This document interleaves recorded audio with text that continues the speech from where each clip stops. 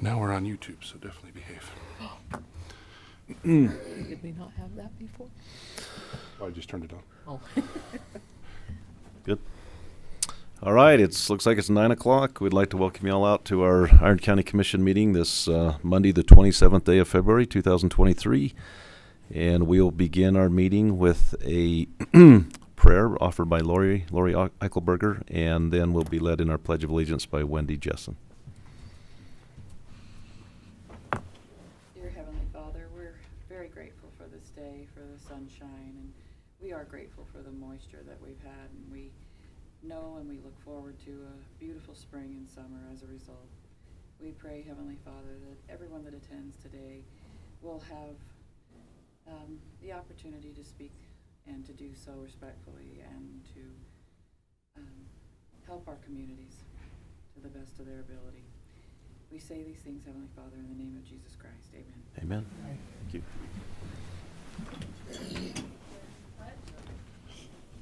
I pledge allegiance to the flag of the United States of America and to the republic for which it stands, one nation, under God, indivisible, with liberty and justice for all.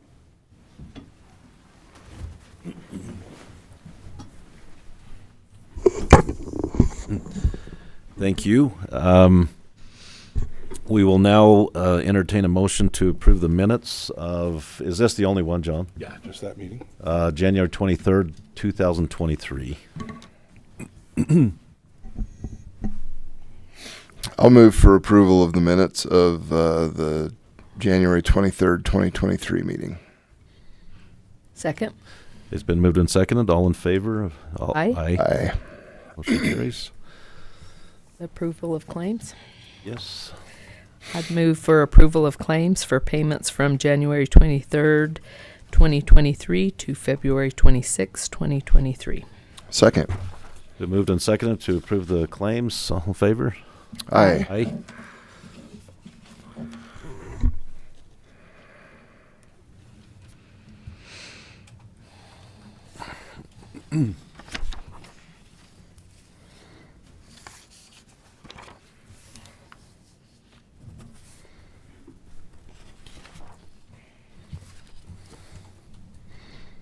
Lots of signatures on these minutes. Should have brought my stamp, John. Yeah, 2 resolutions and 2 closed sessions on that meeting. So, 1 blank check made to John Whitaker. For $10 million. All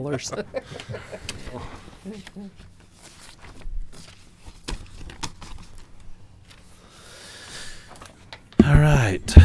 We will now go to our departmental reports, and we'll start with, let's see, do I see Paul Monroe here? Oh, there he is right there. Just snuck in. Paul, go ahead.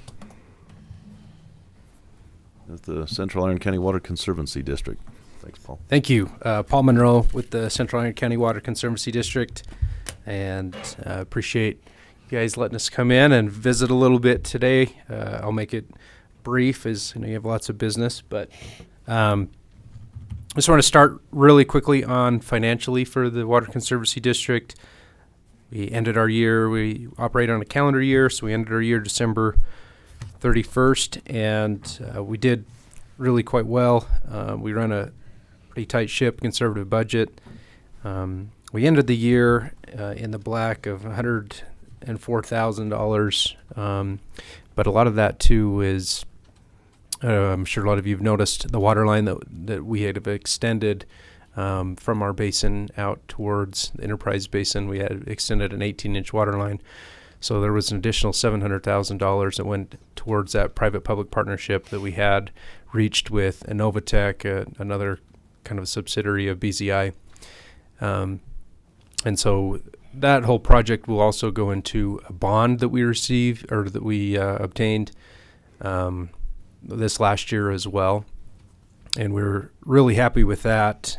We closed on that bond exactly about a year ago. And the total amount for that bond was $14 million, and we received an additional $4 million in grant that we don't have to pay back.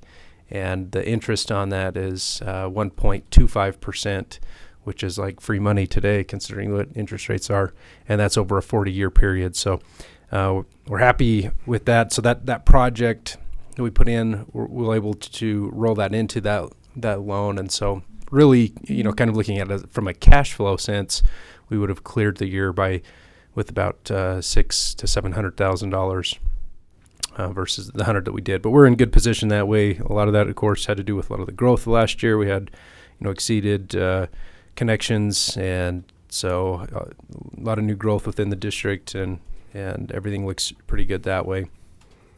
All that, so that the bond was for more than just that water line, wasn't it? That's correct, yeah. So I was going to roll into that, talking about those projects. We should be going out to bid, depending on, there's been some things that have slowed us down a little bit. The funding agency was through USDA Rural Development, and they have had quite a bit of turnover in their engineering department. So there's quite a bit of lag right now of getting documents back and forth.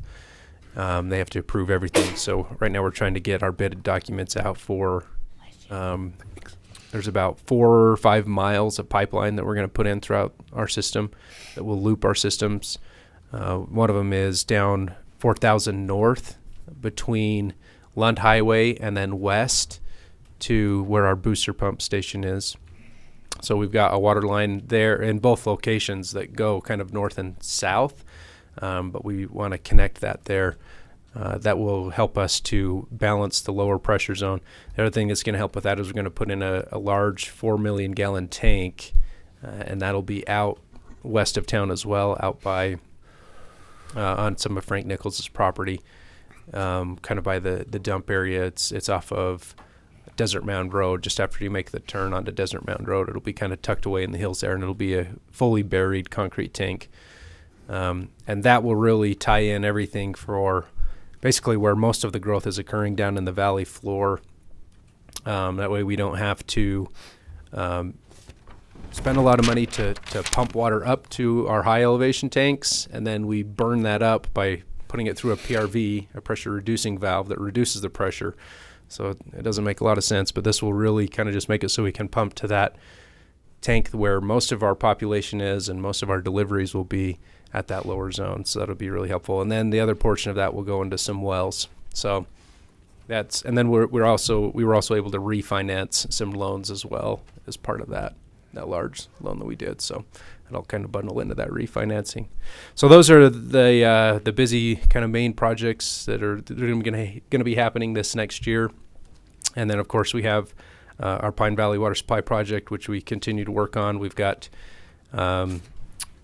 continually answering questions BLM has. We've successfully went through the public comment process, so we're now answering some of those comments and fine-tuning some of the analysis. They've asked us to take a harder look at some ethnographic studies, so that's with some of our tribes, both locally and outreaching tribes that have had some concerns that we need to do some additional analysis there. So we're working through those things, and but we're positive on that front, and hope to continue to keep on pushing that project along. So that's kind of the short and sweet version. I can answer any questions or go anything in depth that you'd like. Questions for Mr. Monroe? I just wanted to tell you thank you for the Heritage Festival Lincoln Day dinner. He came and talked, and he did such a great job, and reassured the farmers that we're not out there to just steal your water, and it's a big concern because they keep talking about it, and the farmers own their water, and they're a huge part of our economic value in our county, and I appreciate your kind words and your thoughts that I think reassured them that they're an important part of our county. They are, and it's going to be an interesting thing. I don't know that I've ever seen so much where the agricultural industry has been under attack, and a lot of that I think stems from, well, not stems, but you see it at the state level more so than at any time before, where they're trying to figure out how they're going to save the Great Salt Lake, and their only answer is they keep on pointing at agriculture and farmers. And I think we all need to understand that agriculture and farming has the only thing that they've done is decreased in the amount of farming that they've been doing over the last 150 years, not increase. And yet they're pointing their fingers at and gotten agriculture. more efficient. Right, have gotten way more Totally efficient. more efficient. And but for some reason they want to point their fingers at agriculture and say that's the problem, and that's the reason why the Great Salt Lake has shrunk. Fact of the matter is, we've been in a bad drought. So Yeah, and it's already raised, they said, over a foot already, just from the moisture that we've gotten. So hopefully that's going to help us. yeah, So yeah, Well, and don't complain about ag with your mouth full, right? yeah. exactly. Thanks, Paul. Thank Appreciate it. Wendy Jessen with the Children's Justice Center.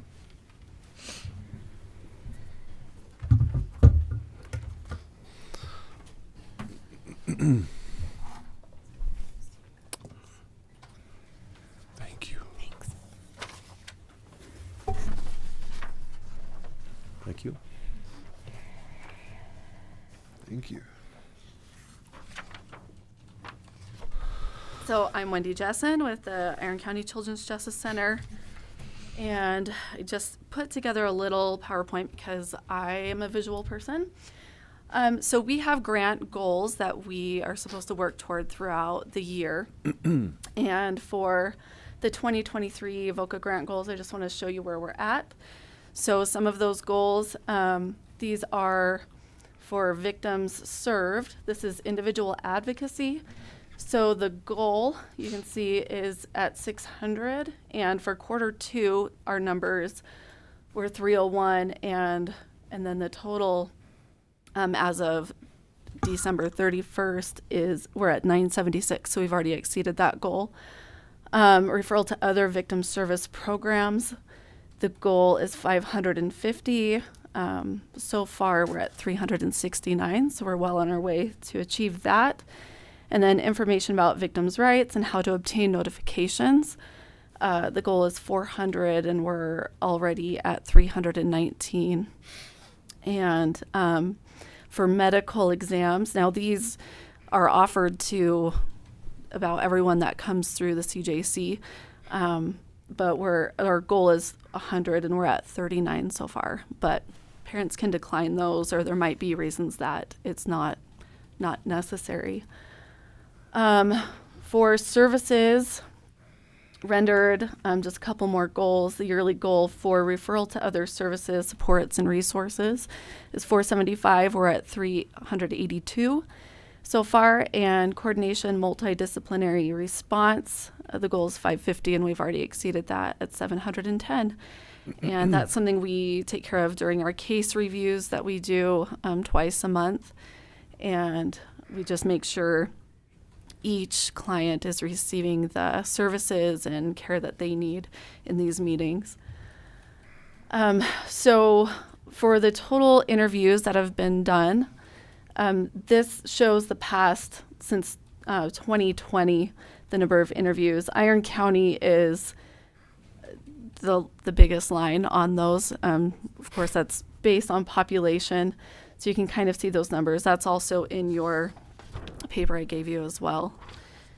And Iron County so far, just in 2023, we've had 38 interviews. And medical exams, similar situation there.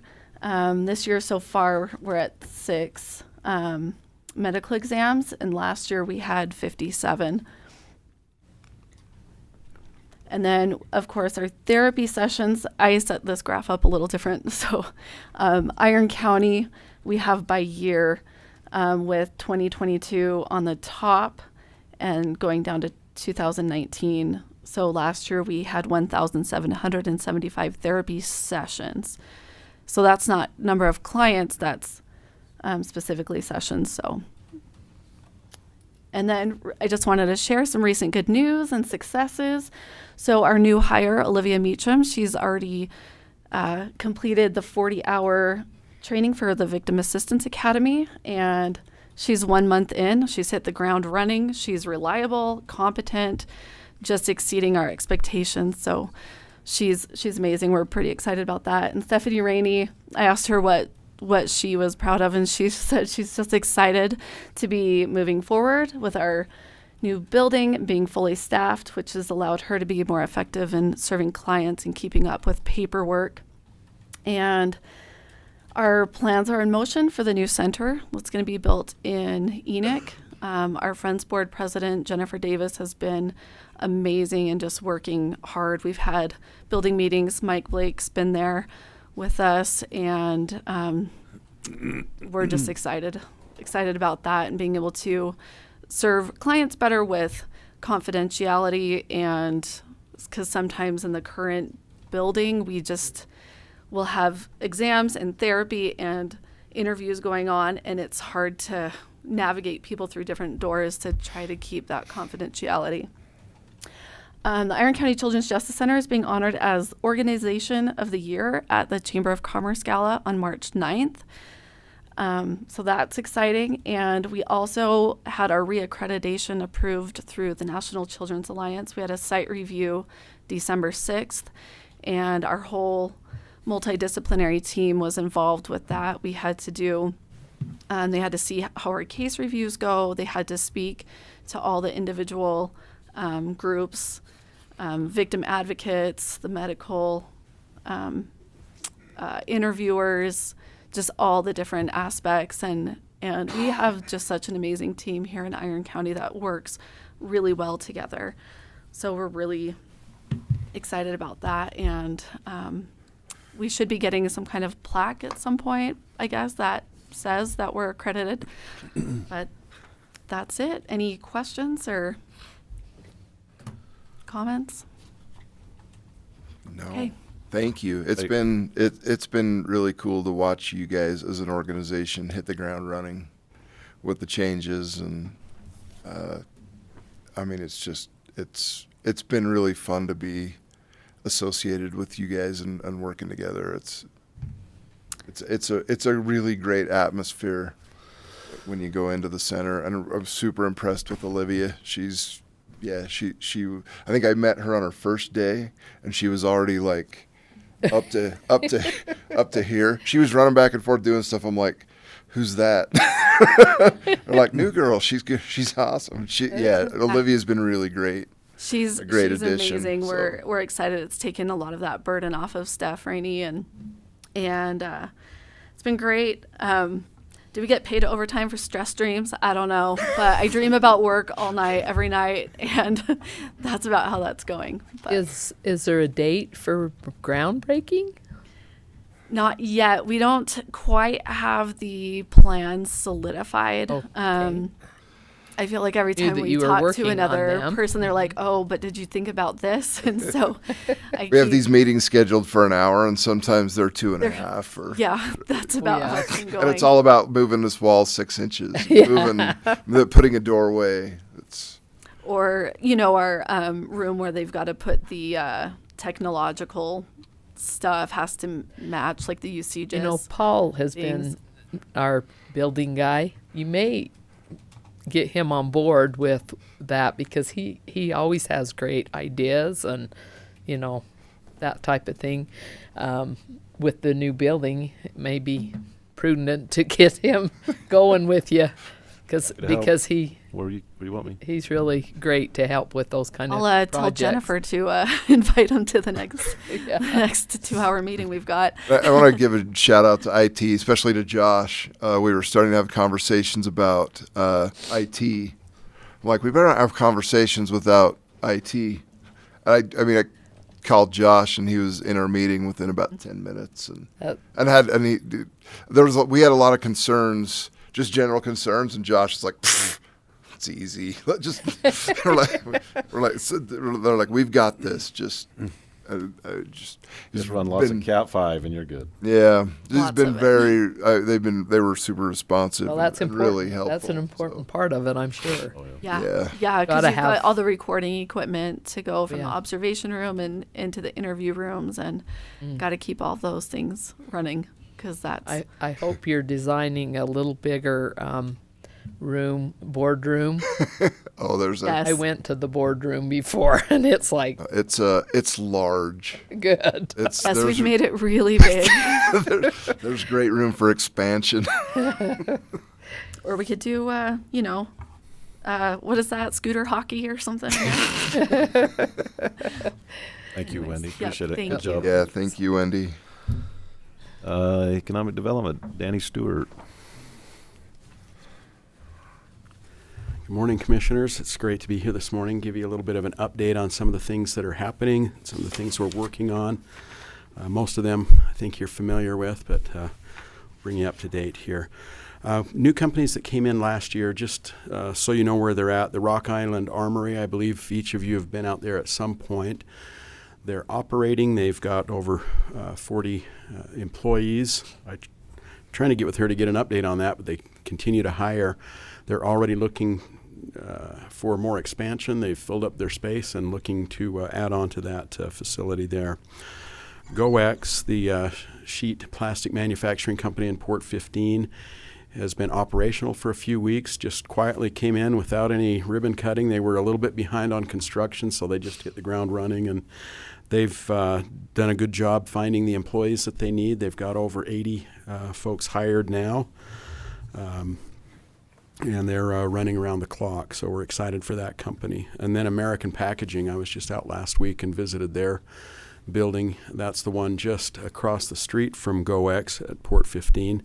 They plan to be open and operating in July. They've hired their first person for maintenance. They've already hired some other folks and plan on having doors open and being up and running July. So we're excited for those projects. Any of these new companies bringing people in from the outside? Or A few. There's like American Packaging is bringing about 10 people in from an Iowa plant, Okay. and they were concerned, are we going to find people who want to move out there? It wasn't any trouble at all, they say, and the folks who were coming out are looking forward to doing that. But they've been hiring folks here. GoEx actually hired people about a year ago and sent them to Wisconsin to train on their equipment. Oh, wow. And then they started hiring, and those folks are now training and getting the people up and running here. So I've asked them, we're at 2.3% unemployment. Have you done okay hiring? And they said so far they haven't found any challenges. Well, they knew there would be challenges, so they just started addressing those early on so that they could meet their schedules, and they're pleased with what they've been able to find locally. A few other projects, as I mentioned, you're probably familiar with most, if not all of these, but first one, this is a local business expansion and retention project. You may recall we got some funding through the Utah Rural County Grant Program, and a portion of that was set aside for a small business grant program. In the past, Governor's Office of Economic Opportunity had rural county grants called the Fast Track Grant, and in Iron County that was valid only outside of Cedar City boundaries because Cedar City was too large. We put together a local grant program for any business anywhere in Iron County. This was kind of a trial. We didn't have a lot of funding to start with, but we started with $60,000 to see how that would go. Several other counties have used all of their rural county grant funds to just do small business grants like this. So we followed the processes of Garfield County and some others on how they set those up. You know Joni Anderson with Small Business Development Center. She also sits on their board in Garfield County, so she's been very valuable to help us set this program up for a trial run and see how it's going to work here. So with $60,000 available, we opened this up the end of last year. We had over 20 applicants requesting a total of $522,655. So you can see that there is a demand for this type of grant. We kept it really simple. We wanted it specific to capital improvements for a business, whether that's equipment or additions to buildings or whatever that might be. And we require a 1-to-1 match. So if they ask for $60,000, they have to also invest $60,000. We're also looking for the types of projects that will create new jobs, strengthen more than just that one business, but offer kind of a ripple effect and other expansion in other areas. So of those first 20 applicants, we had judges from Small Business Development Center, Women's Business Center of Utah, Business and Innovation Center, Southwest Tech, and SUU, that narrowed that first group down to 9 finalists. The total that they were requesting combined was $225,500. And each of those groups came in and interviewed to our Economic Development Opportunity Board. And grant awards were made to fill out that $60,000. And agenda item number 6 today will be an MOU between the county and those applicants so that they'll be able to receive that grant funding. So I'll give you more details on that when we get to that point. We got additional money to also help with a Cedar City downtown tenant improvement grant. So that is similar to a program that was done in the past. The reason we focused on that is because Cedar City was selected by the state of Utah as a Main Street community. They had some funding to do some things with, so we matched that funding with what we could get from the Cedar City Redevelopment Agency and this grant, and we got about $90,000 for tenant improvements in the downtown, and that's just now rolling out now that the other grant program is done. It'll be very similar, but it will be limited to $15,000 projects, tenant improvement type projects. So we'll see how that goes. I'll report on that later.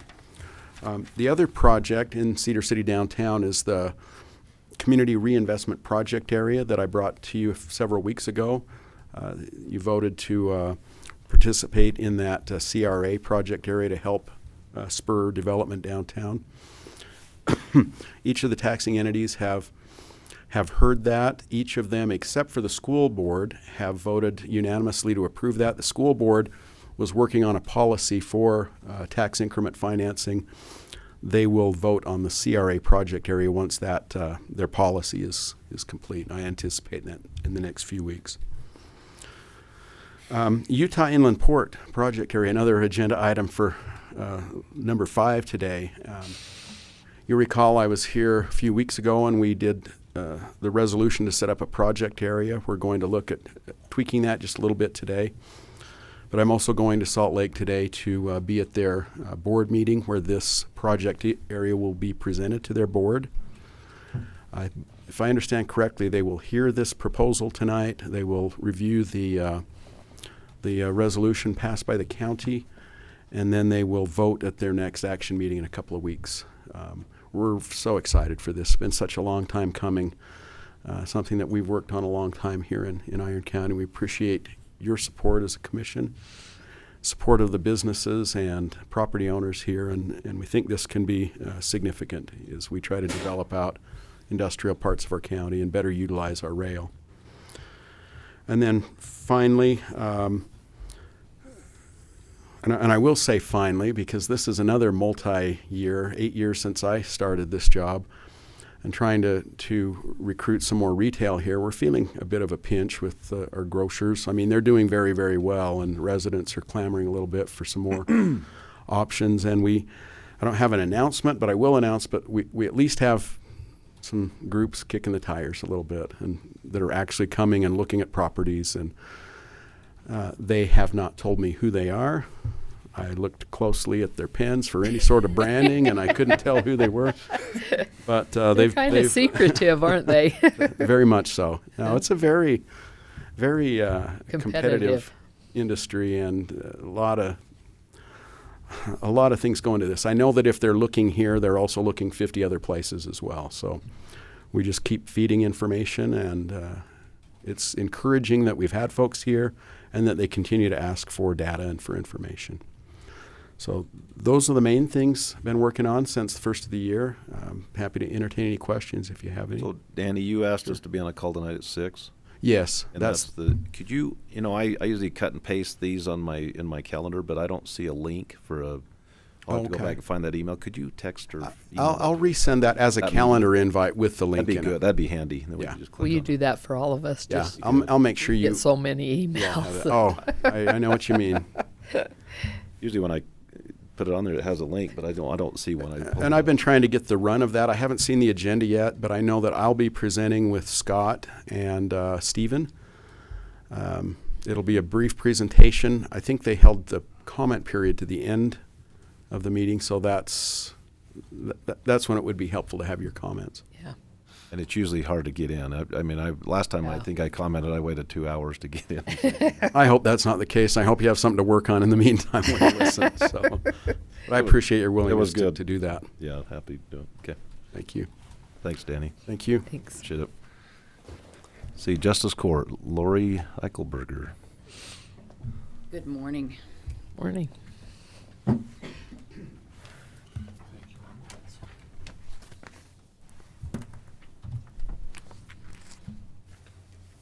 you. Thank you. This should go pretty quickly. Just to recap it, I'm just going to go over 2022. From a budgetary standpoint, we were right on, just slightly under budget. If you have any questions about that, don't hesitate to ask.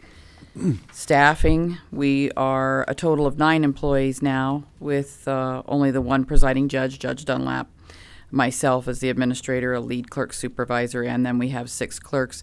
We did, and let me say, we have 6 judicial assistants. So we restructured our titling and worked with Jennifer to do that. And across the state with the AOC, they're now referring to clerks as judicial assistants.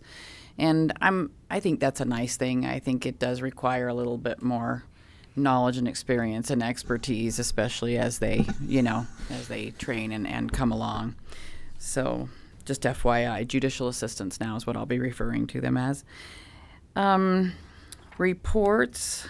So I like to always prepare this. This is a comparison of the year before, so January through December of 2021 and 2022.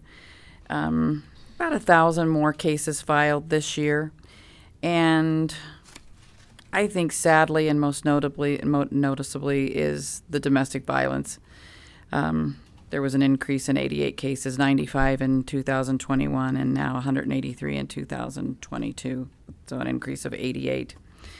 And I did just mention to Wendy, and maybe it's appropriate here, if not, I apologize, but 4 Points was the only local business that was providing domestic violence assessments, and they are no longer going to be doing that to anyone outside, I guess, themselves. So if someone is required to have a DV assessment, they'll either have to travel outside of the community, or I think there are some businesses up north that will offer it via like a Zoom or a WebEx. So I would love to see someone, get certified and pursue that so that we can offer that to people in need of that service. Revenue collected was slightly up, almost $50,000 this year, and the amount dispersed to the state went up $44,000. So the revenue retained for the Justice Court was just right under $5,000. Moving on to the citation comparison, this is really just informative, just shows you the 3 agencies, the largest agencies, and their filings. Cedar City was up quite a bit, as well as Iron County Sheriff's in terms of their filings. Cedar City was up quite a bit, as well as Iron County Sheriff's. What did I do? Quite an echo. No, I think it went off. Did it? This is a new computer, and we started to get you. Like, who's repeating me? I was looking at the graph, and all of a sudden I thought I was like deja vu. Hey, Double muted now. just a couple other points. One that's informative for you. So back in end of September, October, the Chorus, which is the system that we work within the courts through the AOC, they did an update, and that update wreaked a little havoc, and they do. What they're doing is they're migrating from this Chorus system to like a workspace system. And so as they do that and they do these major updates, there can be glitches. And one of the glitches was that we didn't recognize it until the end of December. So 3 months of month-end reports were completed. But every case for the county and city was being marked as the SUU campus code. Well, what that did was that meant that SUU was Had it all. receiving a lot of revenue. And so we did catch it, and we are working with Rick Brown before his departure. And it was about close to $16,000 that they were overcompensated in those 3 months, and they are making that right, and I think they're preparing a check to our auditors. So I've been working with them and Luke Little on that, so just informative. The only other thing that I think is a little bit of a bragging right for the court, in 17-18 they did that audit. It was a pretty big audit, and we learned a lot, and I can say operate pretty effectively and efficiently as a result. So we just had on Friday a self-audit assessment. So that's what they're doing now with all the courts is they do this kind of a self-assessment. It's not necessarily an audit, but I think it's preparatory to one in case there was a need for one. And we were on the phone for about an hour and a half on a WebEx meeting with Diane Williams, who's one of the AOC auditors. And I pretty proudly can tell you that they had no recommendations for us. And we just received an excellent response from her as an auditor in terms of our operations and how we handle, our assets. So I'm proud of that. Good job. Yeah. Any questions for me? What is the increase in the county and city? That's dramatic, isn't it? Yeah. In the number of citation writing, yeah. Like I say, I just provide that to you as a matter of information. And highway patrol's down. Yeah, a little bit, little bit, Little or bit. flat. Flat, You know. yeah. Yeah. I mean, we don't have any, Interesting. I we guess don't. that's our growth, probably. Just from a law enforcement perspective, I think we've done a better job in keeping and getting our staffing up to where there's Enoch. deputies that we have more availability for proactive patrol than just running with their hair on fire trying to keep up with calls. Well, yeah, Enoch, and I could have brought you those numbers. I just don't have them right in front of me. There is an increase, SUU, an increase in citation writing. Those are prosecuted by the city, the SUU. And wasn't the highway patrol because of one particular trooper that retired? Really? I thought, That could be. is that safe to even say? But Maybe. yeah, Maybe. I thought. I won't even Yeah, say his they name, but did have a anyway. couple of personnel changes, so that might have impacted that.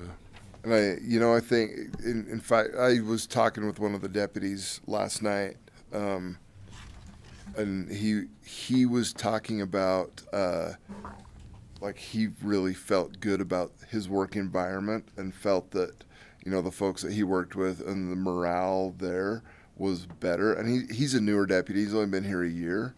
But I was asking him about it, and he's like, you know what? I really enjoy the people I work with, and I really enjoy the department. And he's like, I can see an improvement in the year that I've been here. He goes, I haven't been here very long, but That's nice to hear. yeah, it was nice to hear. I had him kind of cornered in the ER last night. Oh.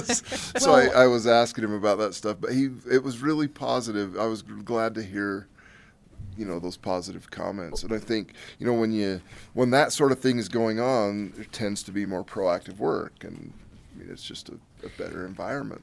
to enjoy your job. If you look, what were they up a good 600? The sheriffs, and you do have two of the deputies that are patrolling the I-15. So where you might see a decline in the one, I think the increase is those two deputies that are on That could be. they're on the I-15. Yeah. Yeah. The only other the only thing that we did at the Justice Court is we did take one of our rooms and we made it kind of a lounge wellness room for the staff, and they are really tickled. Yeah, they're enjoying that, and it's nice to see that. It's just kind of a quiet room, no TVs in there, no. Yeah. Computers, You're welcome to come nothing. by and see it. Yeah. All right. Okay. Thank you all. Thank you, Lori. Thanks. Thank you, Lori. Public Defender. Candace. How are you guys? Good, how are you? Great. Spending Lucas's ear about our budget or my department's budget. Now Lori did say she was brief, but I'm going to actually be brief. So there's really not a lot to, and I appreciated her report. It was great. Not a lot to report for us. We don't have any concerns with our budget. We still have maintaining our 6 public defenders. And then we have our administrative assistant, which is Shelby, and then the social worker, which we approved back in November. So the budget looks good. We don't have any concerns at this point. I'm in constant contact with our IDC office. So I was explaining to Lucas that in addition to us reporting to the county, of course, we actually have quite a bit of oversight over us through the IDC to make sure that we're in compliance with the budget on their end. And their accounting, that happens quarterly. So it does feel like I'm speaking or touching on the budget, if not weekly, every other week. And Can you tell so- us what IDC stands for? The Indigent Defense Commission, sorry. Okay. I'll make sure I had it. But yeah, no concerns, just that.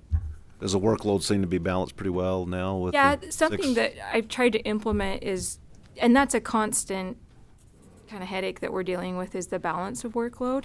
And so without having to make any budget adjustments, just, make caseload adjustments as we go.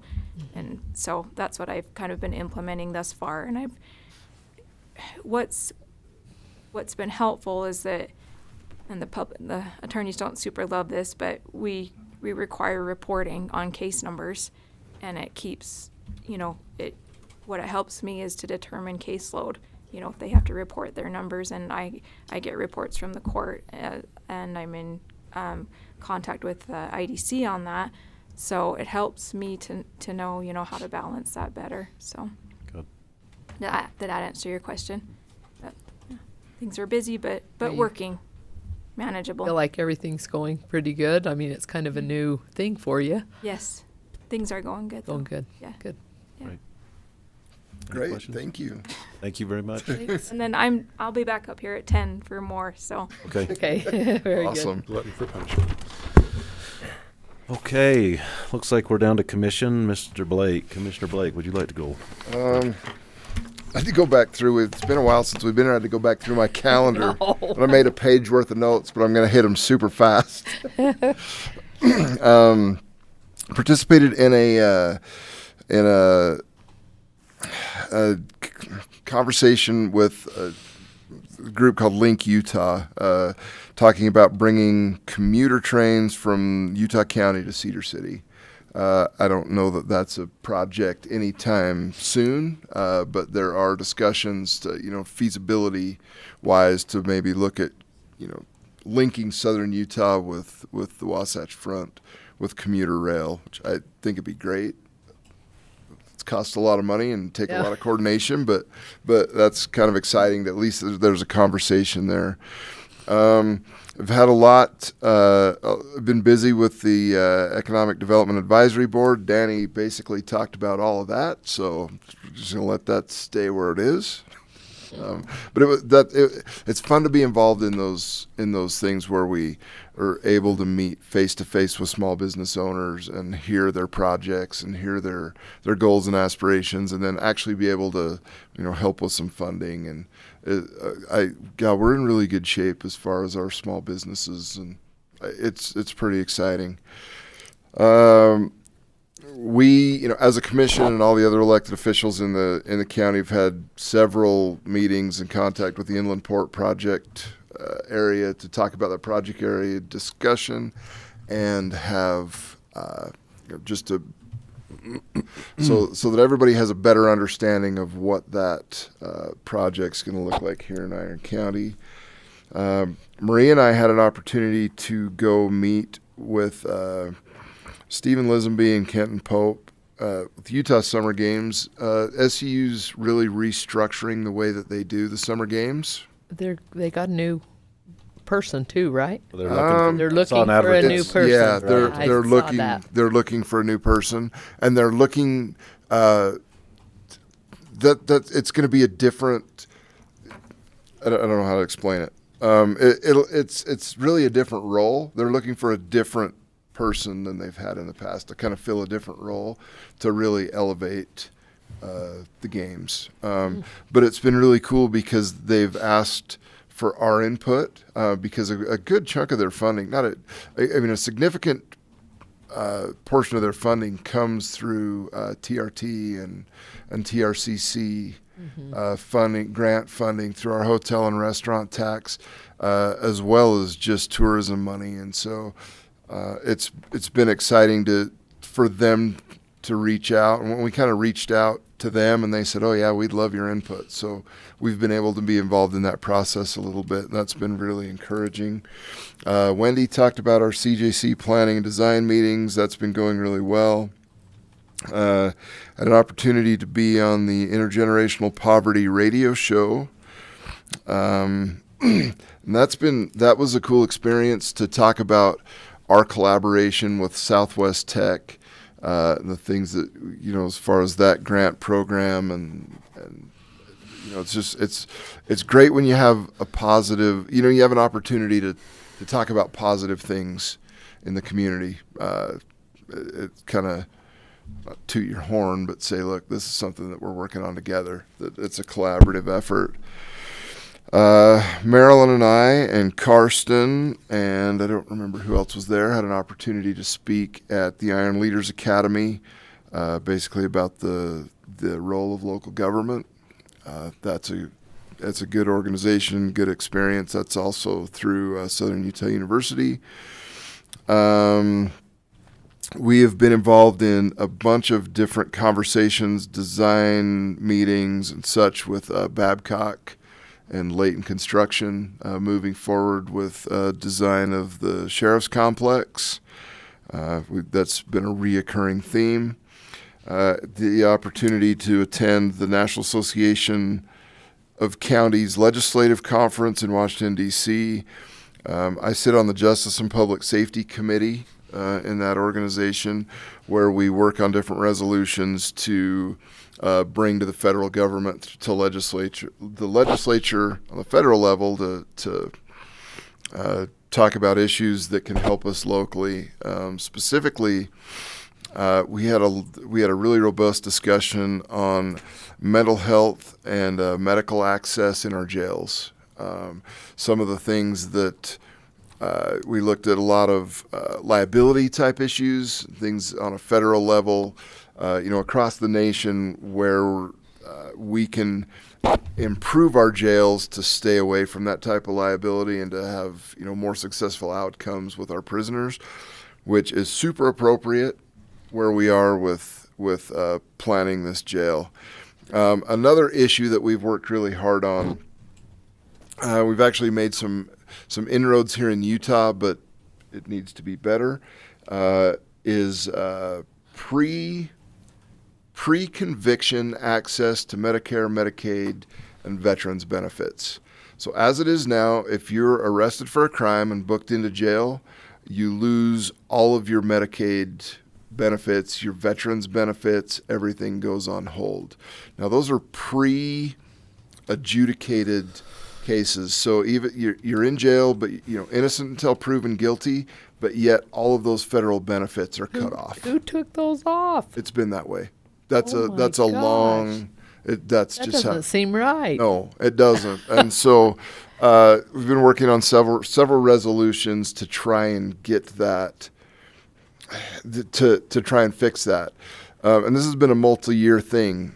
Utah this year, there's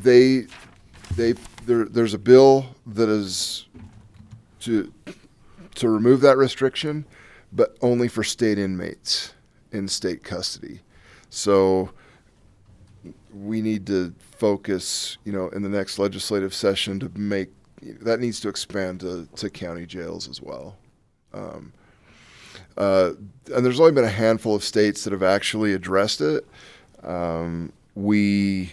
Utah, so that's great, but I think we need to take it one step further, because we as the county are paying for those medical needs. You know, when we have somebody that's in jail but not yet convicted, or we're paying for those needs when they should still have access to those benefits, because innocent until proven guilty. So that was a big focus in that meeting this year, and then that's something that we'll take forward with our legislature moving forward to see if we can clarify that and get that to where it needs to be. Been involved in a conversation with the Cedar City Airport Master Plan. That's a long-term project to make sure things are moving forward, and we're planning for the future with the airport. We had our first in a while public meeting for the jails that took place. Was that Thursday night? Yeah, Thursday night. Thursday night at a year ago at SUU at the Great Hall, which was 364 days since our first meeting last year. So we were, and I thought it was well attended. I think it was a great restart to move forward with that program. I had several Indigent Defense Fund board meetings. I sit on the Indigent Defense Fund board. Basically, our board allocates the money that actually goes for indigent defense in murder cases and capital murder cases. It was kind of funny.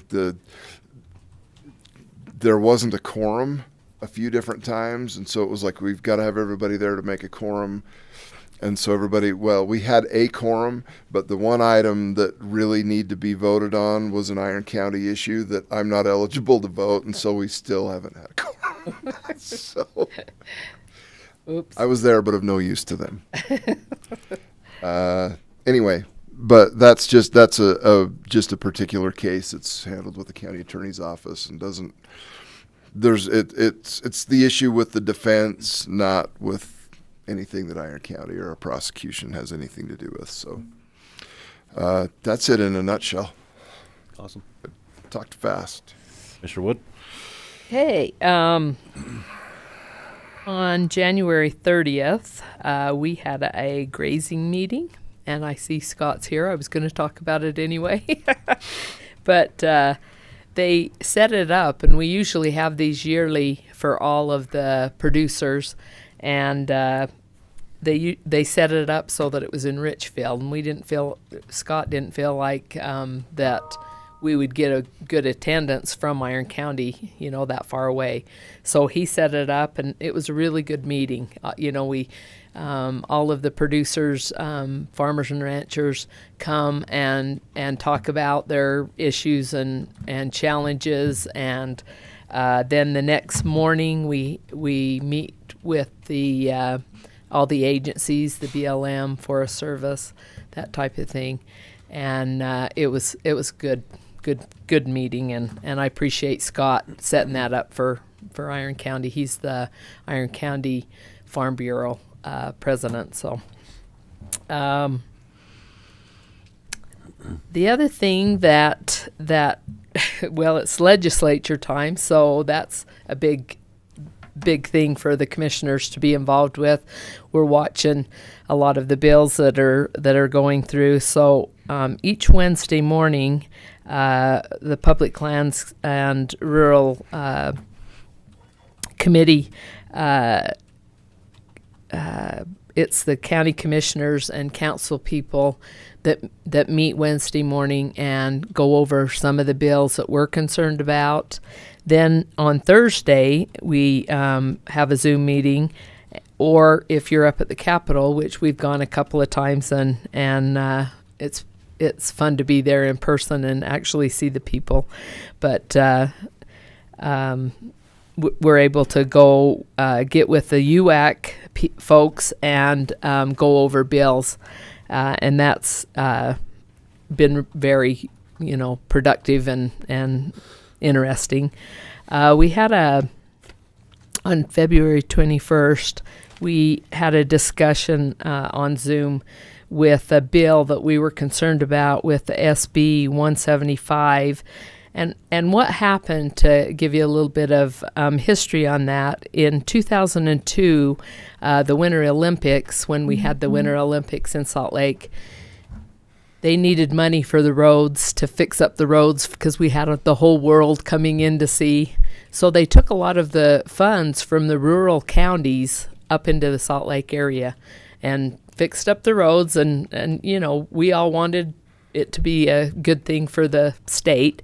And but whenever they take anything, it's hard to get back. So we didn't get all of that back. And so this bill is there's a couple of pots of money that they're working on. Evan Vickers has worked really hard on this, but it'll be a one-time and then ongoing to try to get those funds back that we had lost back in the day. The Lincoln Day dinner, we talked about that with Paul Monroe. That was really good. See, what else have I got? We have a public hearing on the jail tomorrow from 6 to 7 at Festival Hall. We want to make sure that we all remember that and come support us on that.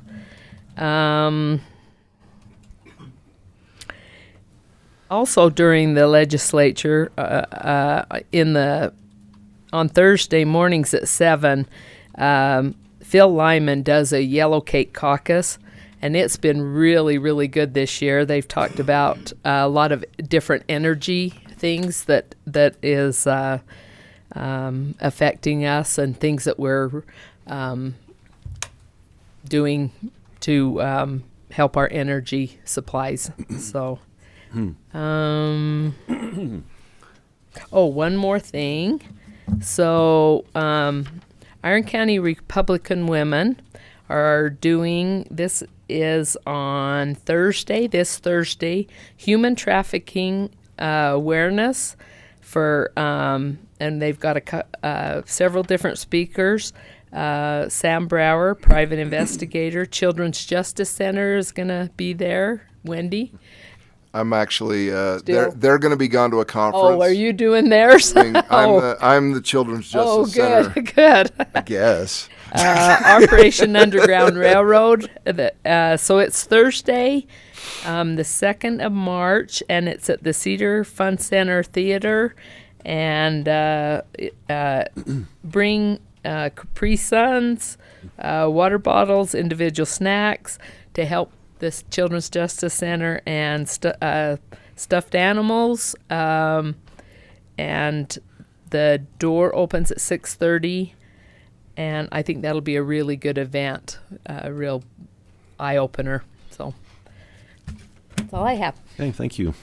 I've got a few things. I'll be brief. I, too, attended the NACO conference back in Washington, D.C. I sit on the Public Lands Committee, and that was an interesting meeting.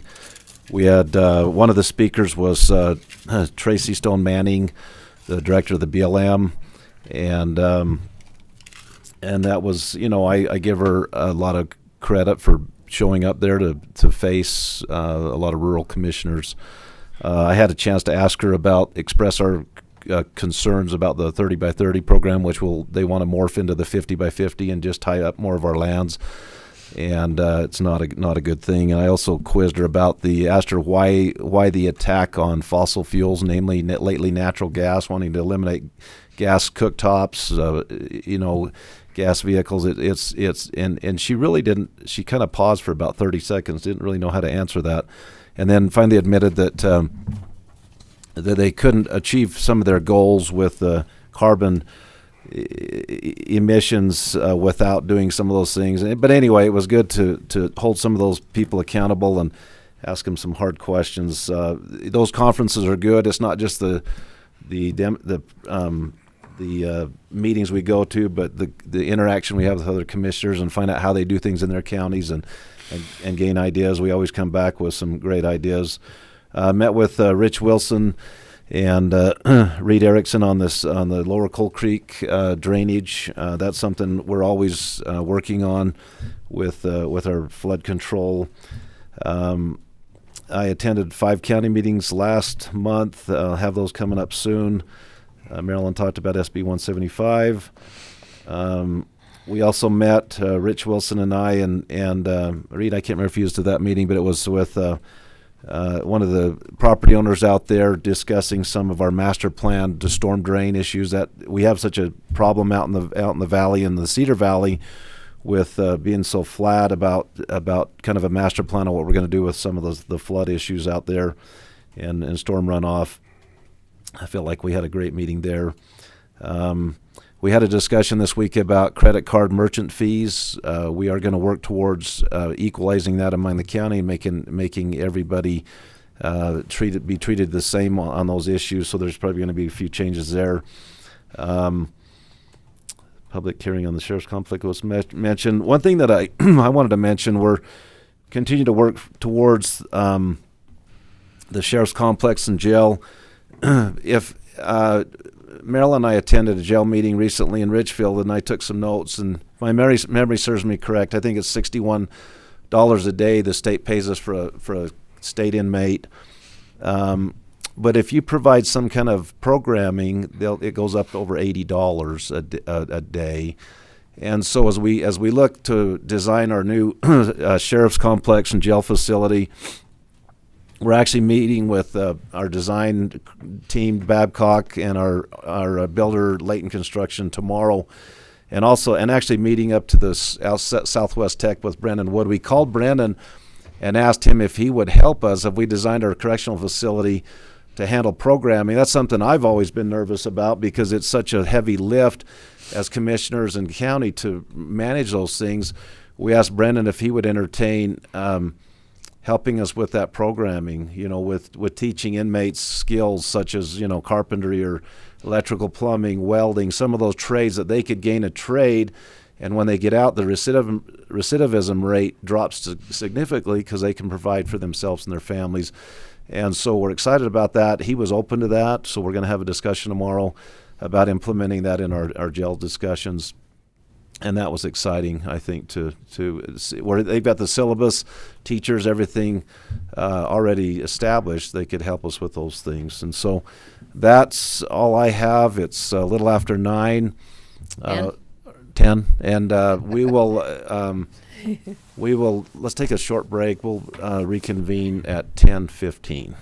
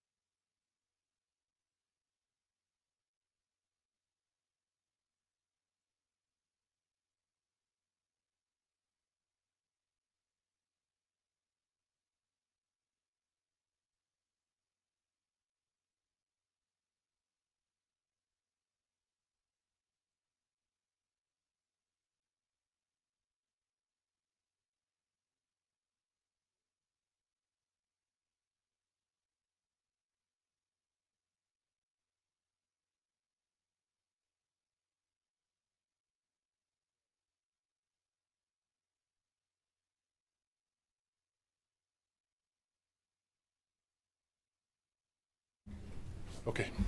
All right, welcome back to our Iron County Commission meeting. This beautiful winter morning, we appreciate all of you being here. I failed to give John Whitaker a few minutes in the last meeting, and I want to give him just a moment of time right now. I have a question. Yeah. Did we get the CDBG? Is it on? Yeah. What We got it right. number is it? It's number one. Is it? Okay. It's number one. You're number one. You're number one, Dane. You're number one. You're number two. Jeannie, if you could come. Oh. I don't get to do this very often.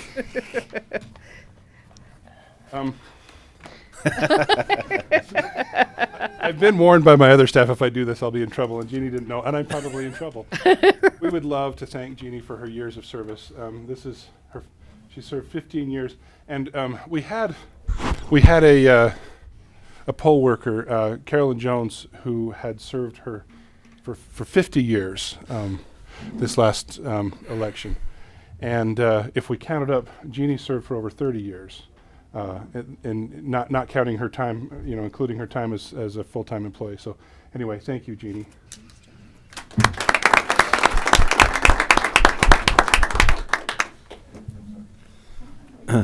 You'll get even later, right, Jeannie? All right. Oh. So Jeannie, did you start when you were like 15? I didn't live here when I was 15. So. Thanks, Jeannie. We appreciate your service very much. We'll go to agenda item number 1, which is a public hearing, Community Development Block Grant, CDBG, 2023 program year, first public hearing notice. And this is, so John, do we read this and then we open the public hearing, correct? Okay, so I am going to read this first public hearing notice with the CDBG, and this has to be done precisely. If we miss one word, we have to do it over again. We've learned. Yes. So I will, and John's got a cheat sheet. I'm going to follow along. To follow along, make sure I get it all right. So, John, do I need to read this up here or No, just start down here? Just start right there. Yeah. Okay. Okay, this public hearing will cover eligible activities, program requirements, and expected funding allocations in the region. The CDBG program can fund a broad range of activities, including but not limited to construction of public works and facilities, e.g. water and sewer lines, fire stations, acquisition of real property, and provision of public services such as food banks or homeless shelters. This 5-county association of government, of which Iron County is a member, is expecting to receive approximately $994,669 for the 2023 year. In the event that Iron County chooses to apply for CDBG funding, a second public hearing will be held at a later time to discuss the project.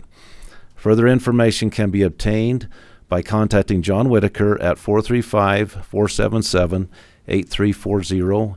In compliance with the Americans and Disabilities Act, individuals needing special accommodations, including auxiliary communicative aids and services, during this hearing should notify John Whitaker at 68 South 100 East, Parowan, Utah 84761 at least 3 days prior to the hearing. Individuals with speech and or hearing impairments may call the Relay Utah by dialing 711, Spanish Relay Utah 1-888-346-3162. And we get it? Okay. And with that, we will go ahead and open the public hearing regarding this issue.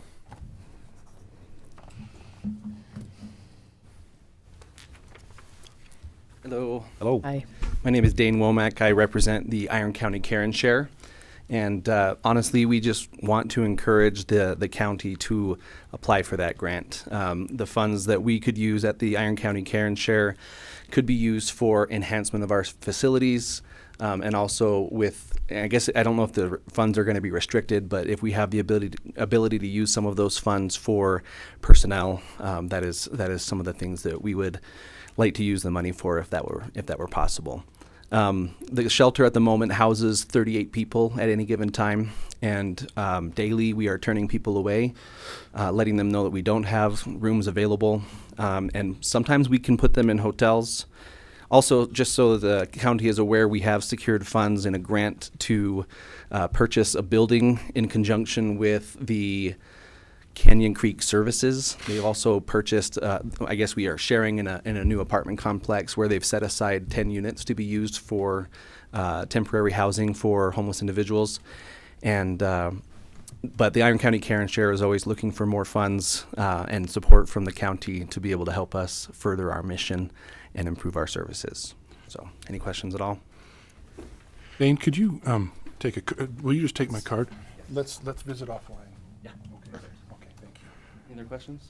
Oh, thank you. You guys are awesome. Thank I mean, you. it's a really, I mean, it's an overutilized resource. I mean, it's in all my years with association with the center, it's never been big enough or never been adequate all the time to take care of our needs. So, if we can do anything to help Absolutely. facilitate, better service for that population. Yeah, we'd love That's to. important. One thing also, just for public record, the Iron County Care and Share also has caseworkers that are assigned to every individual that's staying there, and their job is to help people get back on their feet, whether it's applying for the government assistance programs that are already available that they may not be taking advantage of, whether it's also helping them find housing, and then obviously coming back to the pantry for scheduled meals and everything. There are people that come there every day to get meals, and schedule often to come and get food delivery so that they can have their needs met during the day as well. So thank you. Thank you, Dane. Oh, thank you. Appreciate it. Cindy? Cindy Bullock, and in this role, I am speaking as a member of the board of directors for the Iron County Care and Share.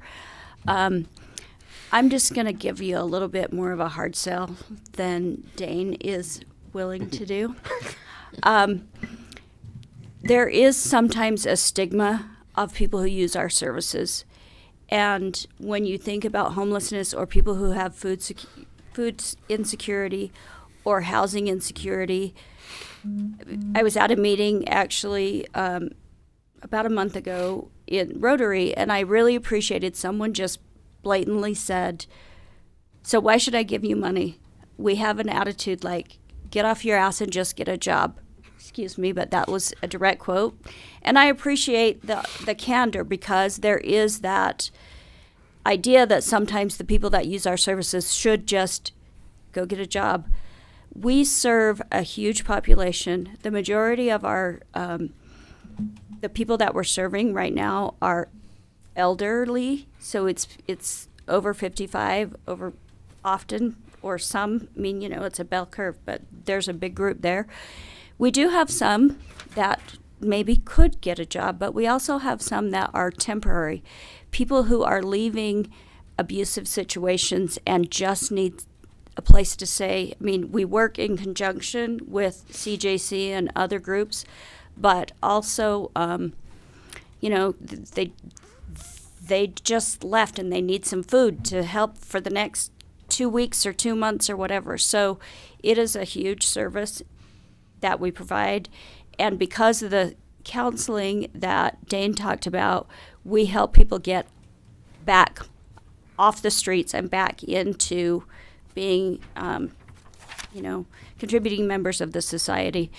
And also, because our facilities are so old, right now we're patching things up. We had a water break and we had to displace 2 families. We've had a walk-in freezer go out, and we had to fix that. It seems like we're just kind of putting patches on everything. So this amount of money would really help us so that we can get ahead of the curve. So I appreciate your consideration. Thank you. Thank you. Thank you.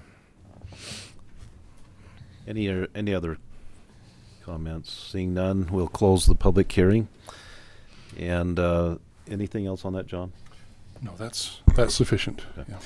And we'll go to agenda item number 2, and this is a public hearing discussion and possible approval of proposed amendments to the Iron County Transportation Plan, study areas 7 and 9, west of Quichapa, and Tipple Road areas. Recommendation from the Iron County Planning Commission. Reed.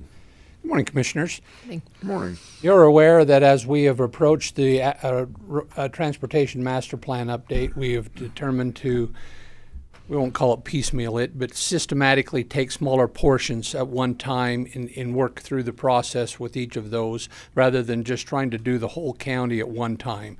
And so we've broken up the study area in Cedar Valley primarily, but the rest of the county into multiple study areas. And Rich is responsible for the graphics, and we're going to do this together.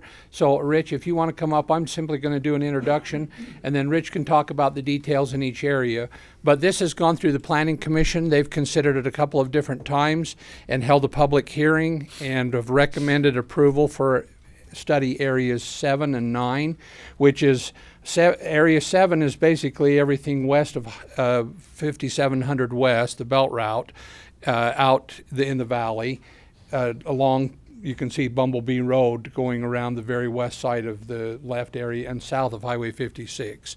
And then study area 7 or 9 is the area down on the south side and east side of I-15, down in the Schertz Canyon, Tipple Road area. It's a fairly small area.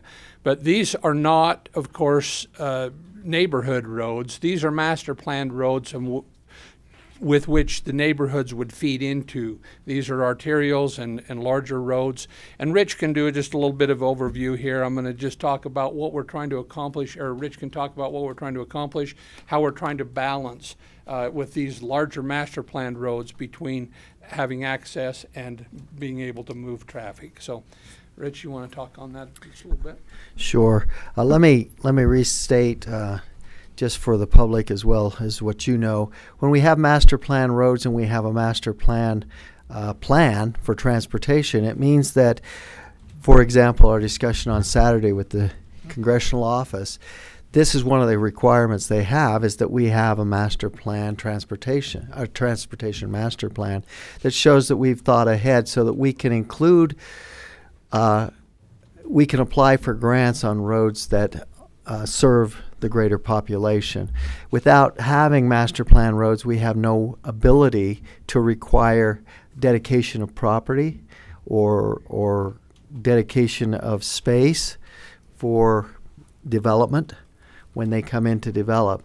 And so it lets everyone have a level playing field. If they will just take the time to look at the map, they'll see where their property is in relation to these master plan roads. So let's go through this for a second. So just quickly for the public, those who haven't been at the Planning Commission, I just want to go through this briefly, that the highest mobility versus access, those are key. Mobility, the highest mobility is on a freeway. The lowest mobility is on a cul-de-sac. But access is extremely good on a cul-de-sac. Access on a freeway is poor. So the sweet spot for what we want to do as a county is right here with principal arterials and with collectors. We want to be down in here. We want to have both access and mobility right here in the sweet spot of the curve. All right, so Reed, how do I get to the... Just roll down. There we go. So the projected growth for the Cedar Valley is shown right here, and a lot of it is to the southwest of Cedar City proper. And if you've been watching, you know that's happening. And then it's up here in this part of the valley, which is above and to the west of the airport. So this is over what would have been 30 years of growth is now only 26 years of growth.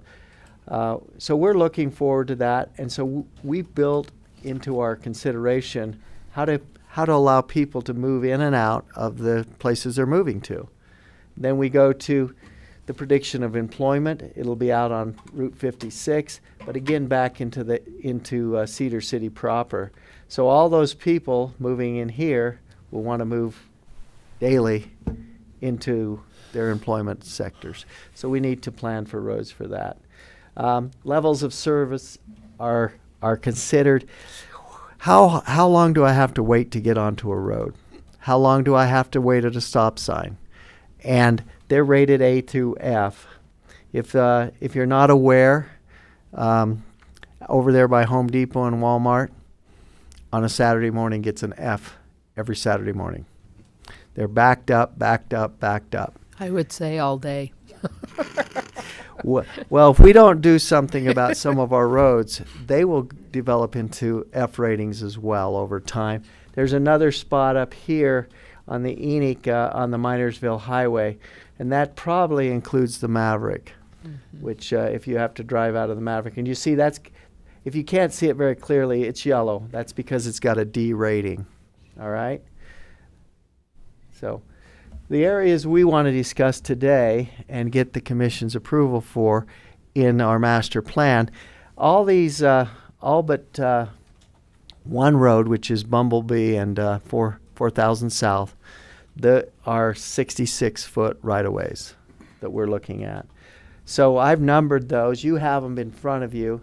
We don't need to go through them one at a time, but we feel that this will give us good mobility as well as accessibility in that area. Those are currently 20-acre lots. Many people own more than 20 acres, but for a building lot, it has to be a minimum of a 20-acre lot. So we don't need a lot of micromanaging in this area. We just need to know that when the development happens out to the west of Quichapa and a little bit to the east of Quichapa, that we can move traffic. So the purple lines are the 66-foot right-of-ways. You see the dotted lines in here? That means they don't exist yet. But that's where the planning comes in. So when someone comes in and they want to do some developing, they're now aware that we're going to be looking to approve their development with the appropriate dedication of easement and right-of-way. So you can look down the list and see which roads have been included in this master plan that get people around and through and out, back either down to 4000, west to Bumblebee, or north to 56. And so that's Area 7. Area 9, as Reed said before, is to the southeast of Cedar City along the south east side of I-15, which is the black line here coming down that way. And we don't have a lot of roads there, but we do have a master plan road as a frontage road right here that will serve, rather than taking the flyover on the interstate down to Hamilton Fort, it will come along the east side of the road, and that's 100-foot right-of-way, because we expect anytime we look at traffic, we want to make sure that we have good mobility. Now, let me speak to that. 100 foot does not mean 100 feet of asphalt. It means the ability to work in that 100 feet to put a adequate road in, drainage, utilities, all the things that go with a corridor. And so a lot of times people say, well, what do you need 100 feet for? We've heard that before. Trails. Trails. Yeah. Yes. I don't know if we have on this what some of our thoughts are, but we would like to make sure that we also have active transportation, includes walking paths, bike trails, and preferably with a vegetative strip between the traffic and the foot and bicycle traffic. It doesn't always prevent catastrophic accidents, but it certainly is an improvement. You know, you got to go through a bar or ditch before you can injure somebody on a walking path. It's a lot better than having to go over a white dotted line or a white line. So this is the area, and that area doesn't have a lot yet, so we haven't looked, but we do want to keep Tipple Road as a 75-foot right-of-way, and we have some roads in place. This would be a road that would come, a new road, as a continuation of the Schertz Canyon Road. This is Cedar City. We don't have a lot to say about what Cedar City's plan is, but we do have this little connector here, so we want to just continue the road that they're proposing, so it doesn't just dead end on the city limits. So Can you think of anything else, Reed? Yeah, I just wanted to mention that Cedar City and Enoch just adopted new master plans, and we were involved in their master planning in trying to coordinate areas like this, where you can see in the city and just as it comes out of the city, how we join those roads together and make sure that we're coordinating together. We're doing quite a bit of work right now in Area 8, which is just on the north side of the interstate on Westview Drive in the Cross Hollow Hills neighborhood, and we'll be coming back with public hearing soon for that, because the Planning Commission has been working on that as well. But a lot of these roads, we will just adopt what Cedar City has adopted in those areas. But some of those we'll be making some changes, and there'll be some differences in our plan and theirs, and we're trying to coordinate with them and making sure that we're on the same page as far as that goes. But that will extend to the next step is this master plan, transportation master plan update, simply identifies where the corridor is and how wide the right-of-way is. And our next step would then be, what does the road look like?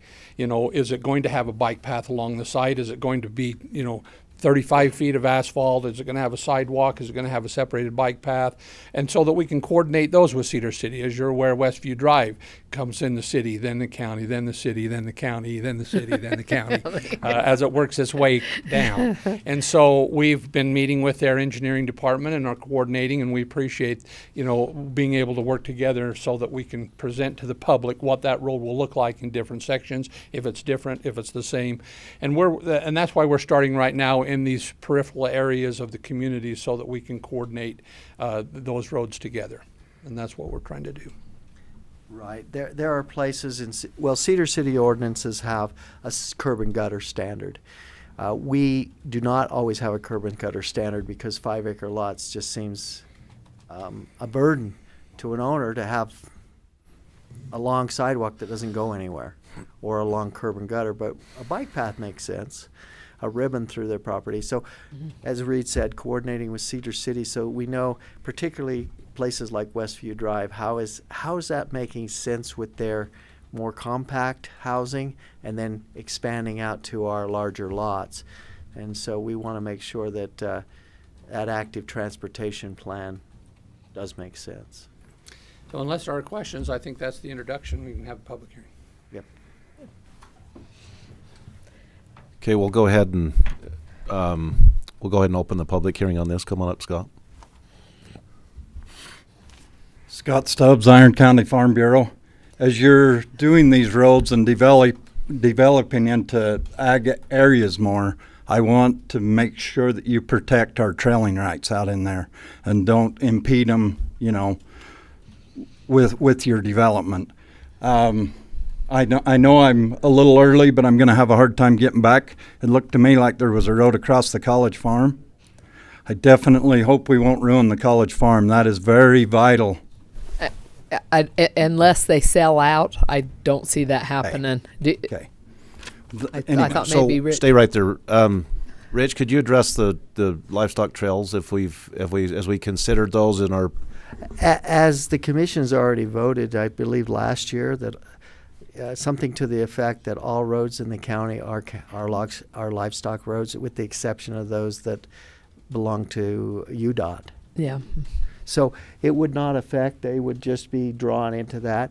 And to address your question about the college farm, yes, there is a master plan road there shown in case the college ever decides to sell the property for development. But that would be their decision. Won't be any eminent domain. We would not No take way. eminent domain. We would Way. not force the college to do that.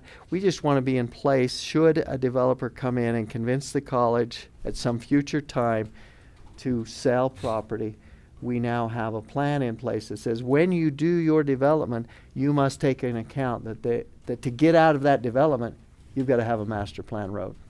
Rich, in your considerations, were like any additional designated livestock trails thought of in terms of the master planning?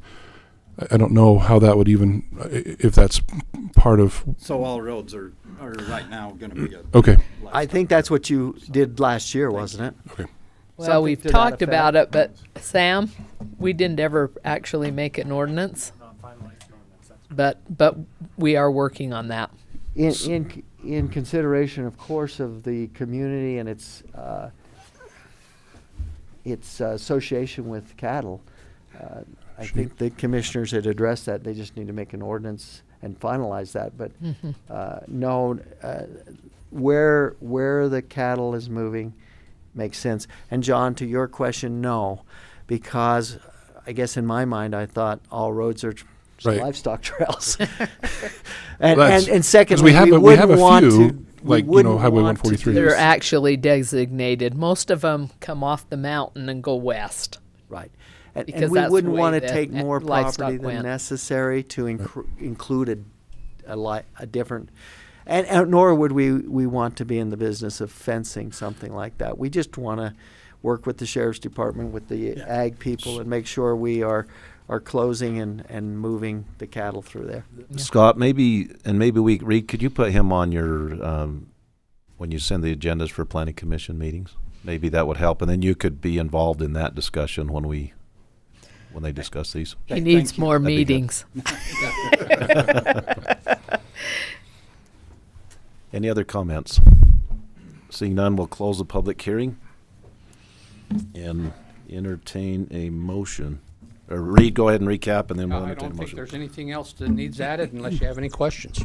I'd just like to say we appreciate staff and our planning commission for a lot of, it seems like their meetings, we've been to a lot of planning commissions where they have a long drawn out meeting and then they have to tackle They this. so actually do it's- some planning. Yes. We have had some folks that were very adamant about certain areas of this, and I just want to thank Reed and Rich for working with them, because they all got up in the public hearing at the planning commission and thanked them, because they really did listen to them, and we appreciate that.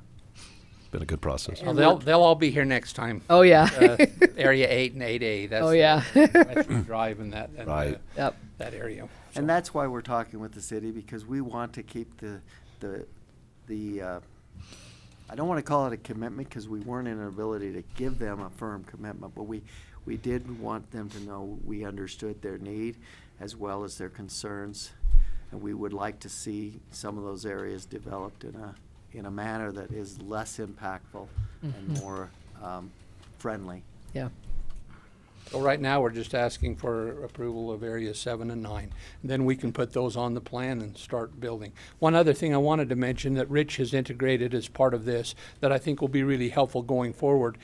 Each of these areas, the numbering will correspond with the number on the road, so that you can see, it's really easy to see on this one, the road sections are all numbered. So in the area 7, they start 7. with 7 Oh. and 700. So if we look on the inventory, and this will be good for maintenance and everything, they'll know section 701 runs, from 56 down to Oh, yeah. 4,000 now. And each one of them is described as to what the length of that road is and what it is. And each of those sections then will be used as an inventory for maintenance as well as planning, and it'll be a useful tool. So appreciate great. Rich integrating that That's in great. with this plan. Yeah. That's awesome. I just want to know right now why my numbers moved. Yeah, these are a little weird here. No, those are fine. Look at the last one. But not 9. See, these should Oh, be those 900. those are numbered, and you notice they're white because those are where on the original Cedar City plan. So I didn't change Cedar City's numbering Oh, system. their numbers. So your category, even though it's in area 9, the only one that would be a 9 is if we made a change to Cedar City's plan. Thanks for pointing that out. But if you go back to area 7, look at They're all 720, 7, 701, and 703. All fell off That the makes page. it really good. They should be just up, just up. Everything goes up. I don't know why. We'll fix that. It's a good plan. Okay. Yeah. Good plan. They will be, yes. We've tried to get the master plan, and as each of these are adopted, we'll put those on the website. Is Kendall going to add that to his layering and Yeah. map? Mm-hmm. We Yeah. have, Cindy, we have We've been a, working on that integrated, Right. interactive map so that then these will be on there. we have Kendall Allen, our GIS guy, putting all these maps on layers online. So It'd be nice if before before it was adopted so that we could look at it and say, oh, Absolutely. that goes right next to my farm, instead of after it's adopted and then it's too late to comment. Yep. Once we are looking at these, when we do to advertise for the public hearing, to get input from the planning commission and here, that we can put them on the website at that point. That's when we actually kind of have something to discuss. And that's why So, we yes, chose we're these working on areas, that. Cindy. Because they're less, I don't want to say they're unimpactful to some citizens, but they're a lot more concentration of people are in 8A, and to the north of, Right. of 56. So we are working with IT to try to get these on there earlier than later. Yeah, it's just, we all get Provide as much frustrated when upfront other information. people say you make the bill, you make the law, and then you ask, but it would be nice if we would have those prior to the adoption. Yeah, we ask instead of tell what we've done. Absolutely. Thank you. Thank you. Entertain a motion. Making sure I get it right. Okay, I would move for approval of the proposed amendments to the Aaron County Transportation Plan, specifically study areas 7 and 9 west of Quichapa and the Tipple Road areas. Mention that this is the recommendation from the Aaron County Planning Commission. Second. It's been moved and seconded. All in favor? Aye. Aye. Motion carries. Thank you. We'll go to public appointments. Item number 3, public comments.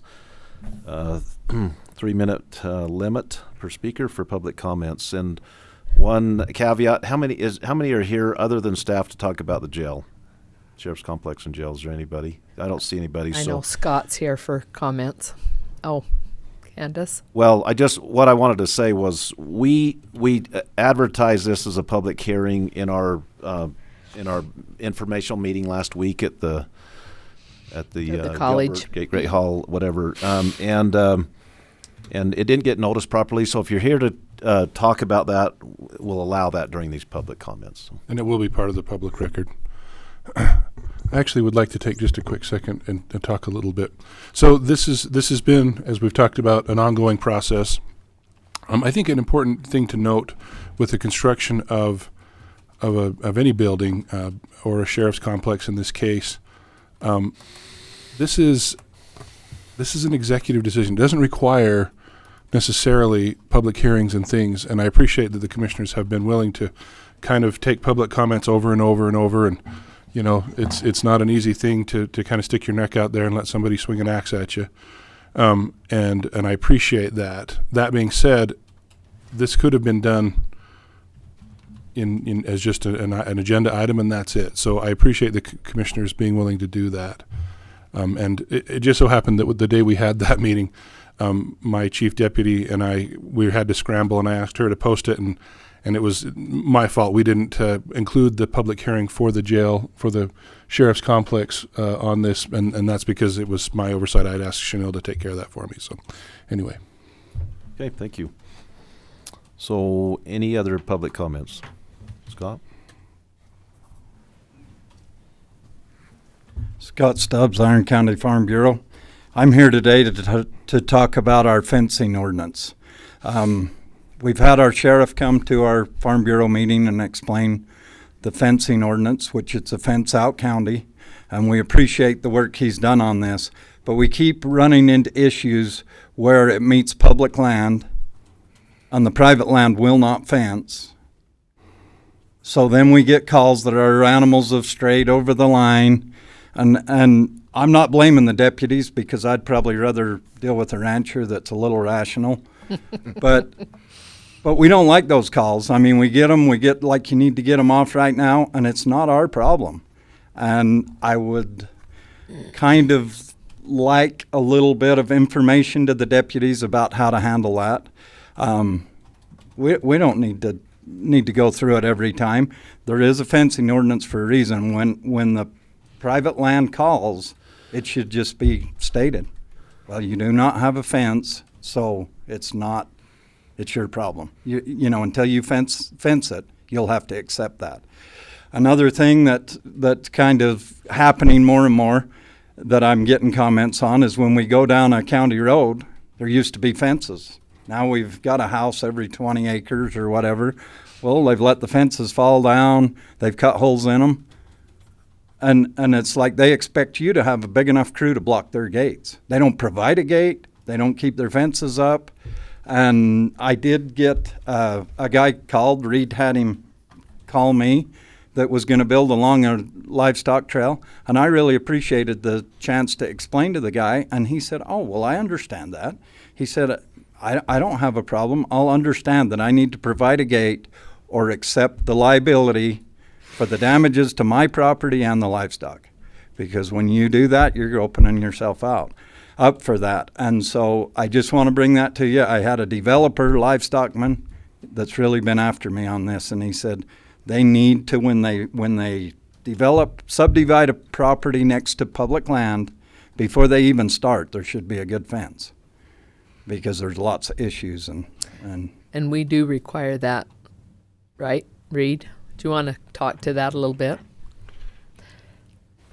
One of the requirements in our construction and design standards is that each subdivision have a perimeter fence. We sometimes do a variation on that. In other words, we waive that requirement if it's in an area where there are multiple driveways and roads coming in and it doesn't make sense to put a fence across there and it's not an area that's being used. But we look at it on a case-by-case basis and make sure that they have a perimeter fence, especially if it's adjacent to public lands.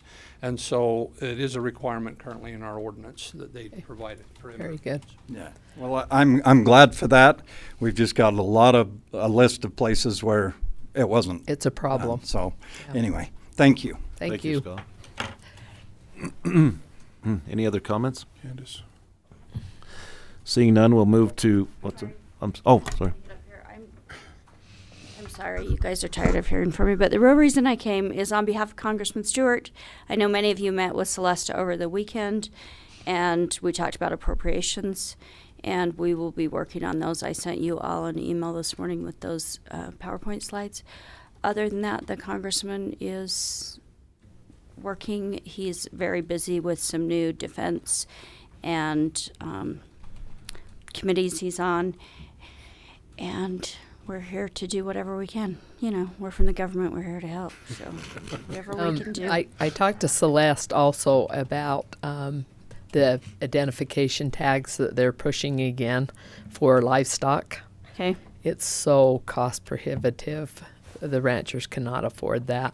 Will you Yes. make sure that you reach out to him and I will it's a do that. fight, but Okay. they did it a while ago, and now they're bringing it back. So that's a real problem for the ranchers. I will reach out to him. Let's also talk about it. Are you going to WIR? Mm-hmm. So that'll be a good Yeah, that'll be a good time one. to Yeah, that as You well. could- I'm on that agriculture. Relay a message from us. We appreciate. We're annoyed that we have to dip into this well, but we appreciate his support with some of the errant passport things that come up. We are It's happy more to and do more it, lately. and it's so good when we can actually help. So, I mean, like these, we're helping, but it's like Yeah, years down the it's- road, or you never really You're moving see the it. needle, and we Yeah. appreciate But it. when we get a call from someone that's like, I got to get my passport, and we can actually help someone and make their day, and they get to either go on vacation or their kid gets to go on a mission or whatever it is Navigate they're the bureaucracy. doing. Yes. It's so nice. So please keep Yeah, sending that is those. rewarding. Or I don't know, Social Security benefits, veterans, anything that, when you call that 800 federal number and you can't get a hold of someone, call us, because we can work through Navigate that better. bureaucracy. Mm-hmm. Thank you. Thank you. As long as you're up. Yes. We had in the last week and a half, we had a constituent pass away in a foreign country, and there was some not hiccups. I mean, you know how that can be. Zach from you guys' office was awesome. I put the family in contact with him as a caseworker to make sure that process was smooth and cut through the red tape of being able to bring their loved one back to the United States. I really appreciate the help from the congressman's office. And Thank you. let 'em We know that talked about that actually in our staff meeting. I just didn't know it was in Iron County. It was, yeah. Sid here in He's a friend and a classmate from Cedar City. So yeah, Zach was super helpful. He's Just making really sure that process was as smooth as possible. And I'm not sure where they are in the process, but you guys have been great. Thank you. Thank you, Cindy. Yep. Any other comments? If not, we'll go to item number 4, presentation of annual PILT payment from the state of Utah. Kevin Bunnell.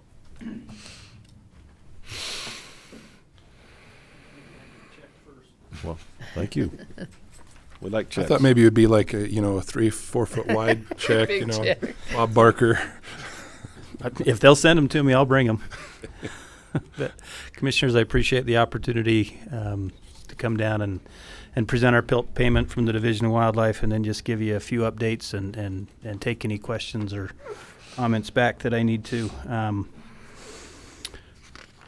Couple of things just to update you on.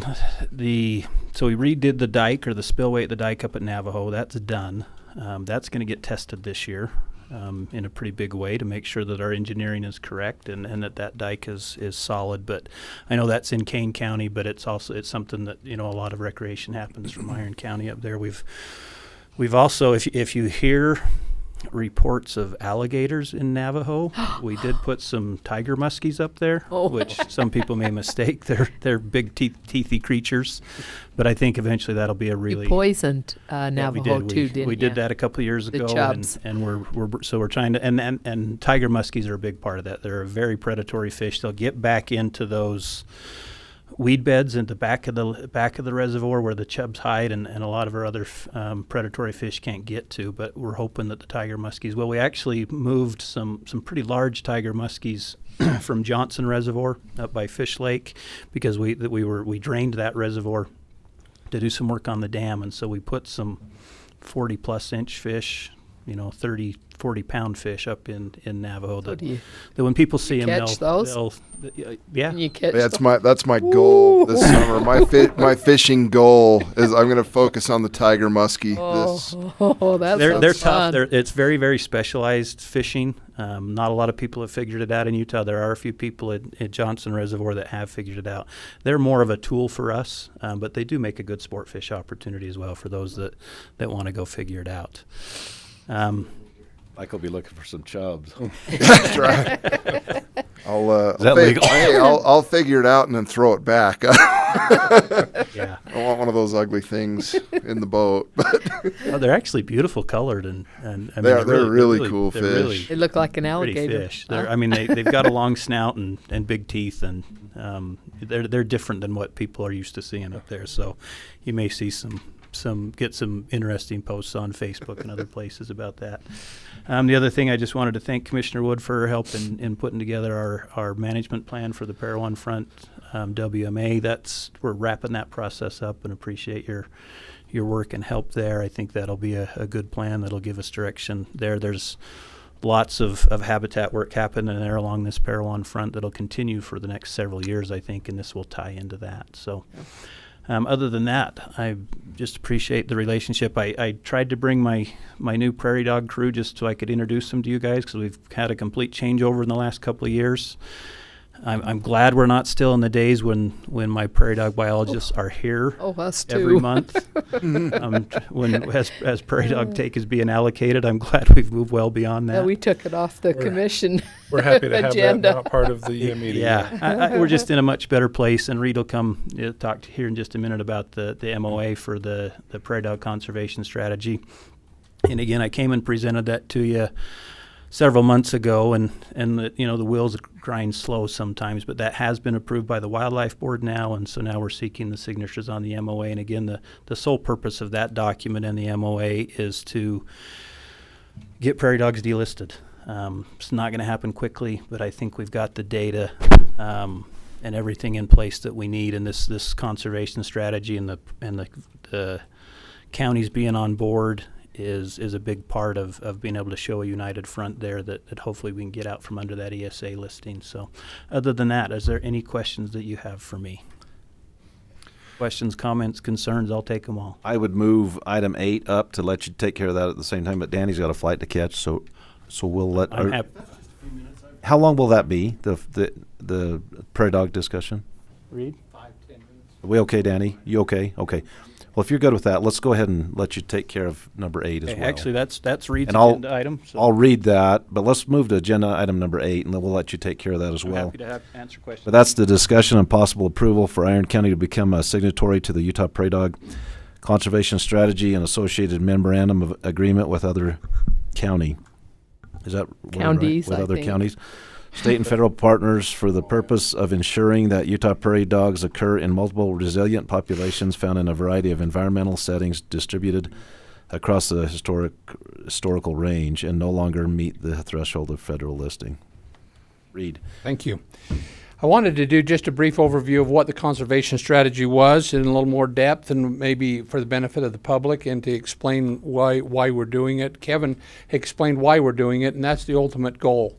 I just wanted to point out in the conservation strategy, it's a fairly long document. You can see here it's fairly lengthy, and we can get anyone in the public a copy of that if they're interested in looking at it. It is a public document.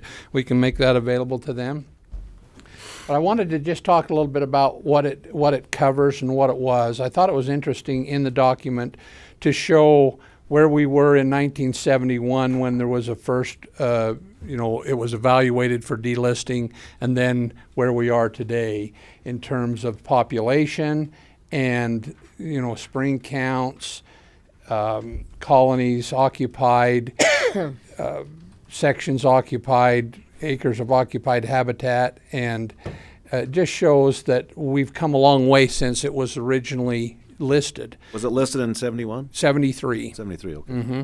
And so this was when they were first started gathering data to determine that it needed to be listed. So that's when it was listed in 73 as an endangered species. Then it was downlisted to a threatened species, which is what it's been that we've been dealing with since then. And as Kevin stated, our interest is to have it delisted, to not have it under the umbrella of the Endangered Species Act. And that's what this conservation strategy does. It identifies how the distribution of prairie dogs across the 3 recovery areas. This is a map indicating all mapped habitat across those ranges and where dogs have been. Those are not all occupied habitat, but that's just the mapped habitat. So it shows there's quite a bit of an area there that would be under management. The management concerns, I thought, it would be worth addressing. What this management strategy tries to do is it tries to address their 7 major concerns that management strategies are in place to try to address, and that's the purpose of the strategy. So plague is a real concern, drought, habitat loss, direct take under the 4D rule, and public support. In other words, they're not always buying into it, and that's a concern. There's shooting and illegal shooting and take of dogs. Predation is a big concern, and genetic diversity. These are all of the things that are addressed in the strategy. I just wanted to go down. This is a table that shows who does what in a general way. So all the conservation partners that are part of this, DWR, Fish and Wildlife, BLM, Forest Service, counties, National Park Service, Sitla Lands, and Nature Conservancy. Those are the partners that we're talking about who would all be signing into this MOA.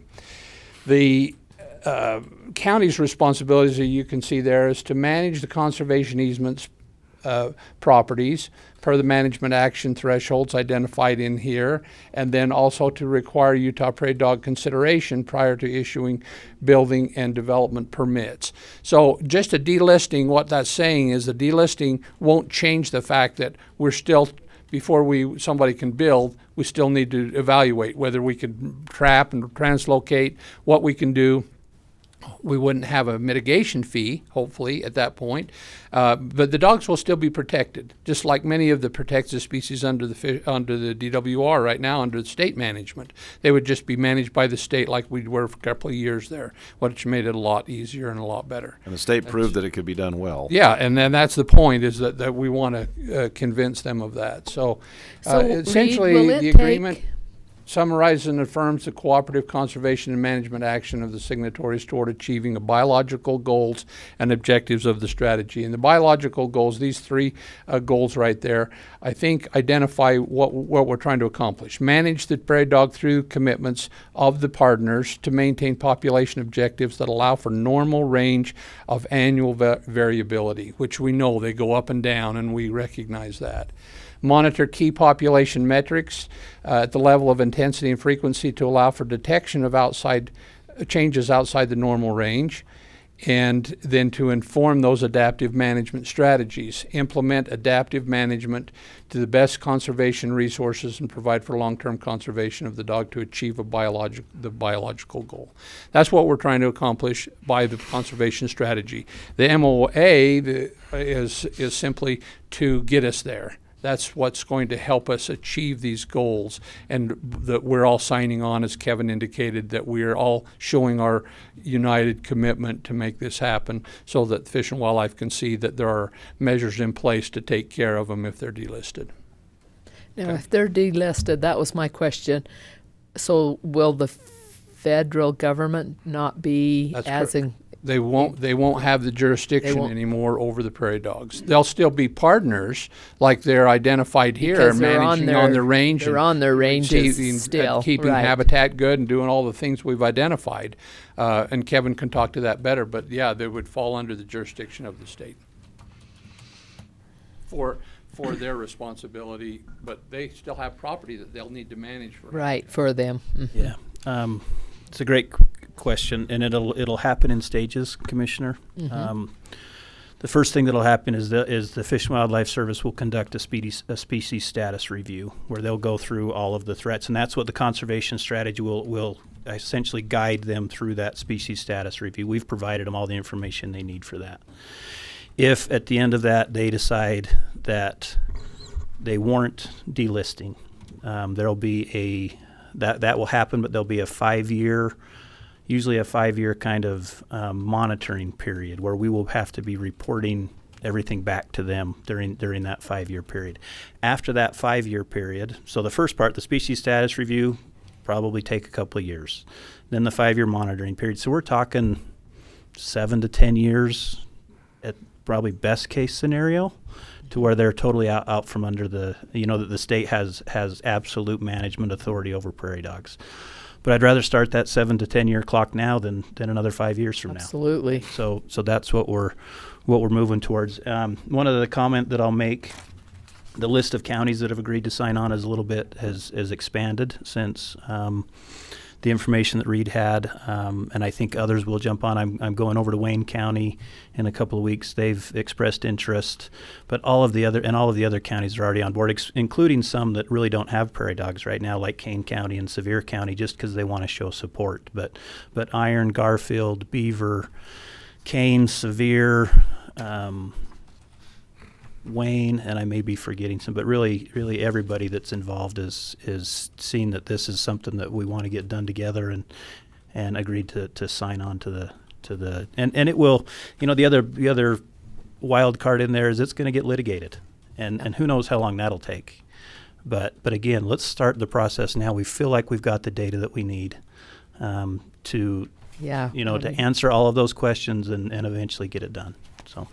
I would just like to say I appreciate you, Kevin, and Reed. And I mean, if you think back 7-8 years ago, it was a very different environment, and this was a public-private partnership, and it's been a remarkable thing to observe. Mike Worthen has worked a lot on that. Yeah, Reed and also. Mike, you guys may not realize that, but when the interview process that I went through to come down here, Dave Miller was on the interview panel to hire the regional supervisors. So he was one of the, and that was very deliberate by my bosses to say, this is an issue that we want to be dealt with, and I've got a great staff. Reed and Mike, as you say, have been hugely important, and there's some trust that they have with the other counties that we don't, that's not extended to us up front, but that they help us get over that bar, and that's been hugely helpful. Well, and I think it's a great example of out of the box thinking.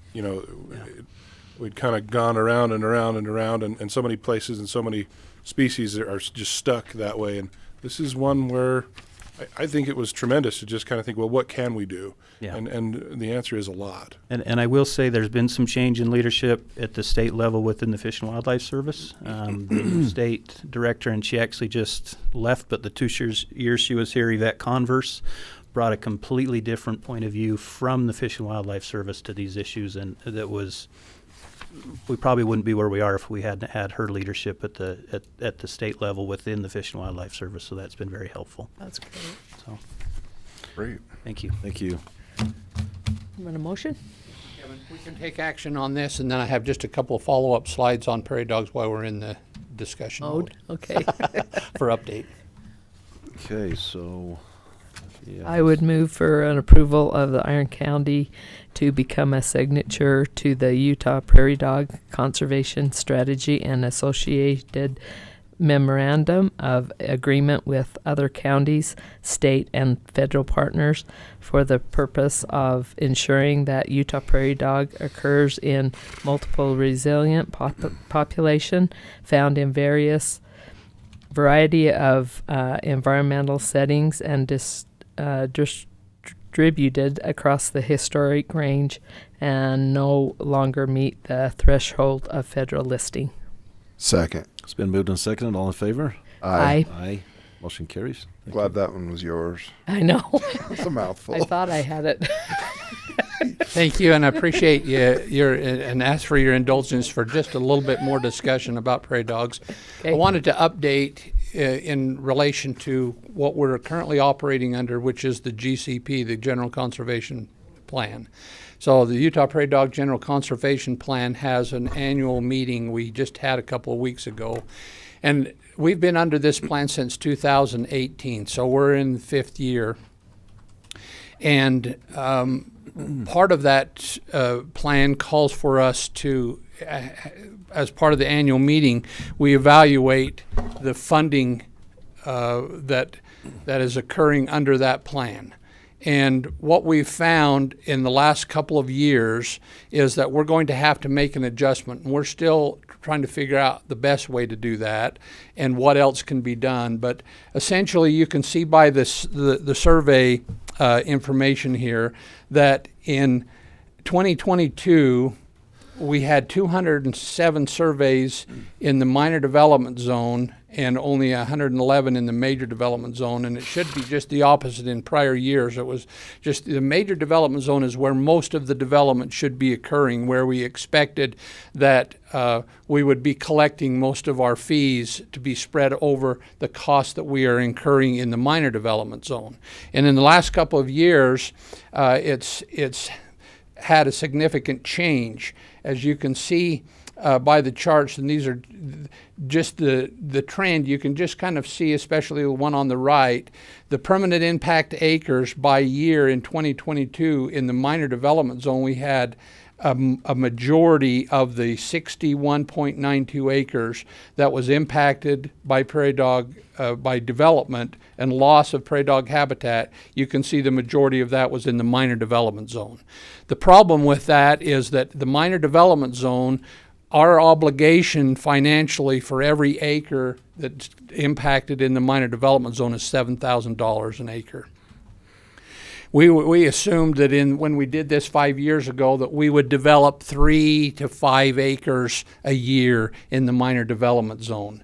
We're over 33 acres this year, in 2022.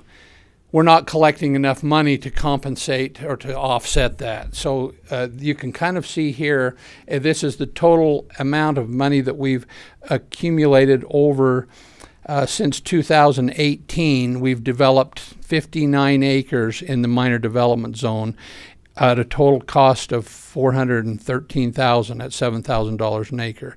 We've only accounted for or collected $245,000. So we have a shortfall at this point of $168,000 in our mitigation obligations under the General Conservation Plan.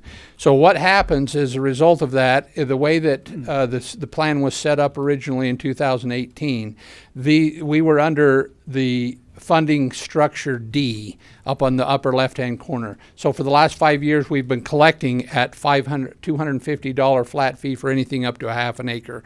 And then you can see the breakdown for acreage above that. If you go over to the far right-hand column, if the fund is short by the one I've circled in excess of $40,000, then we automatically move to funding strategy G, or funding structure G, which is a base flat rate of $500 for the first half acre instead of $250. And then each of the others are incrementally more.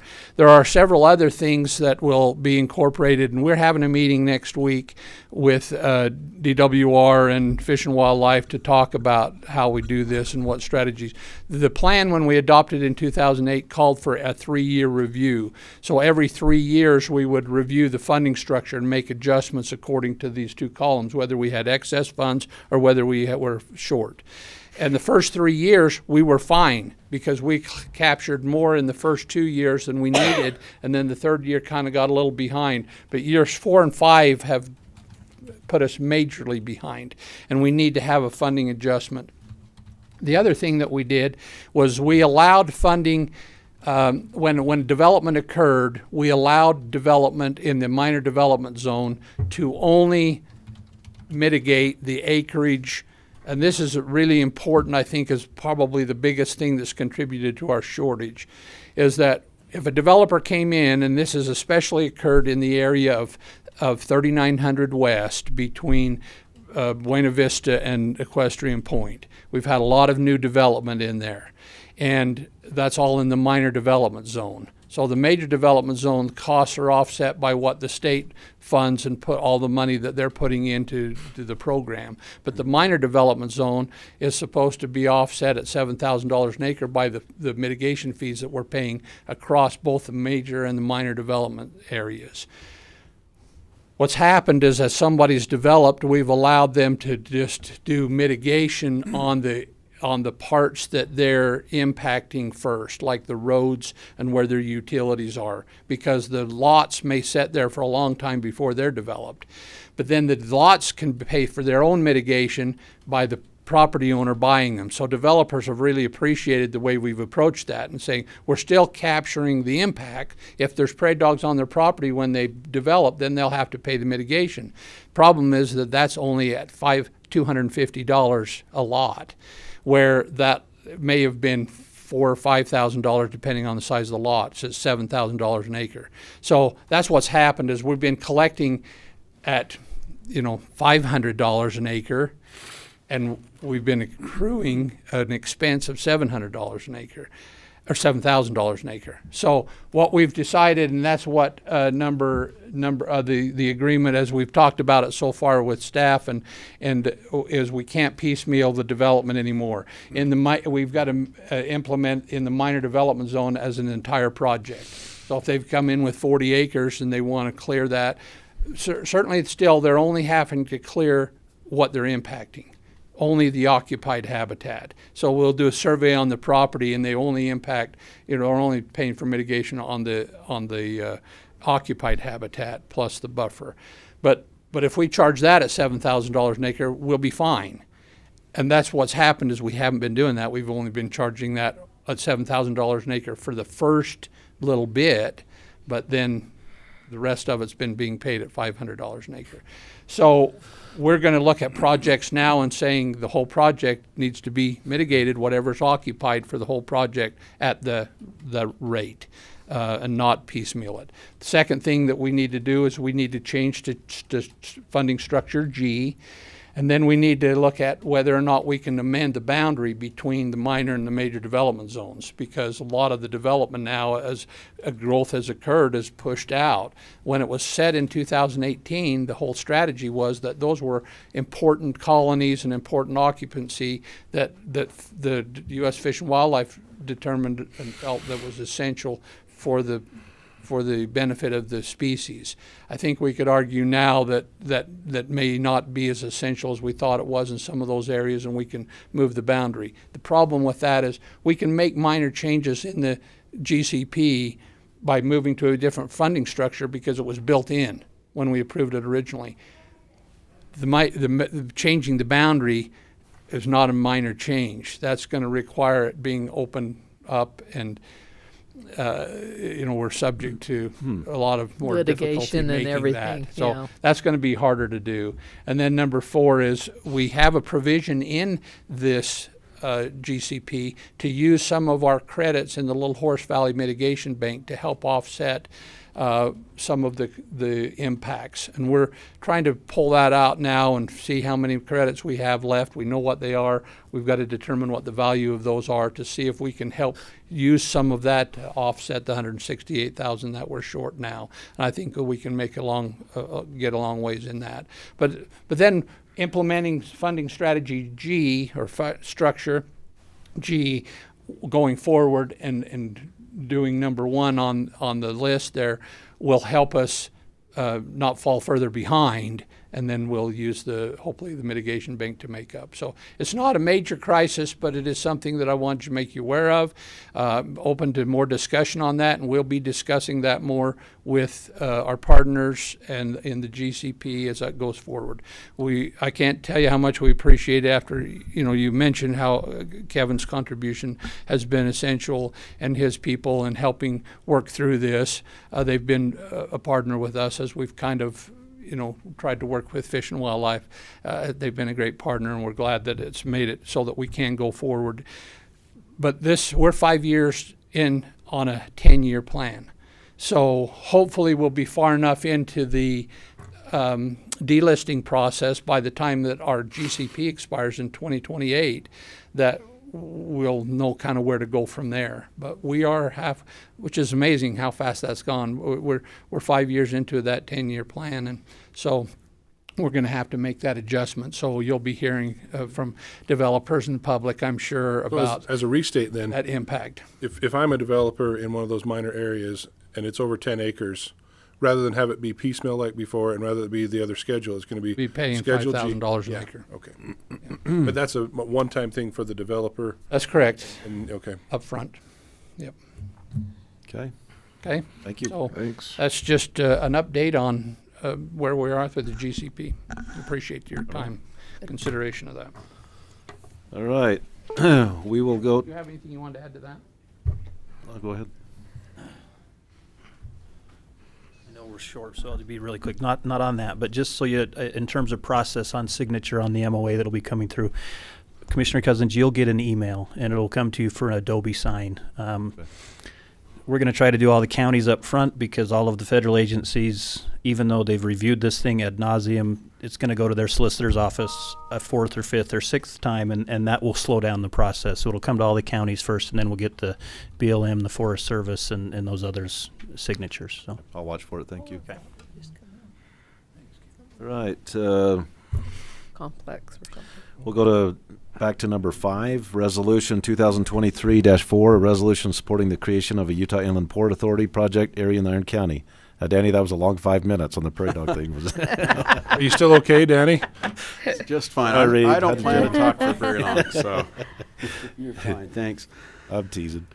Now, morning, commissioners. Going back to what we talked about earlier in my department report, this item, this resolution supporting creation of Inland Port Authority project area in Iron County.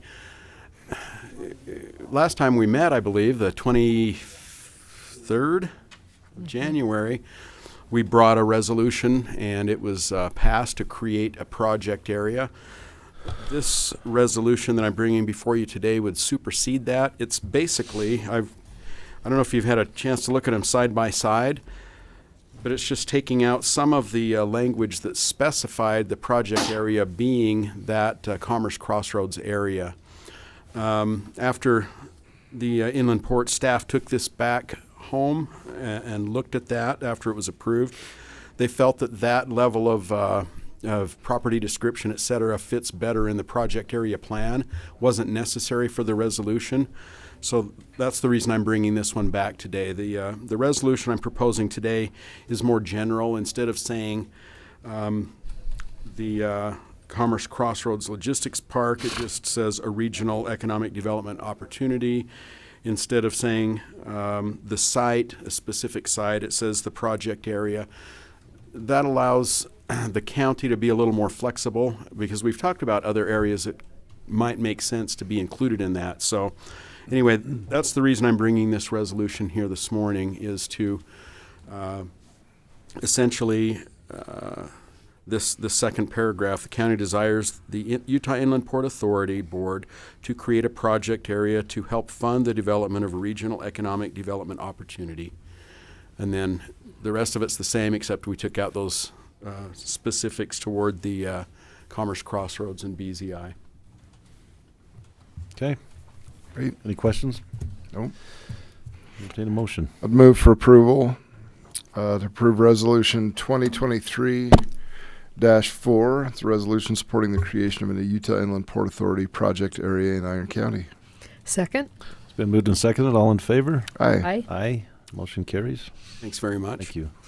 And number 6, discussion and possible approval of a memorandum of understanding, Iron County Small Business Grant Program between Iron County Economic Opportunity Advisory Board and Iron County Commission.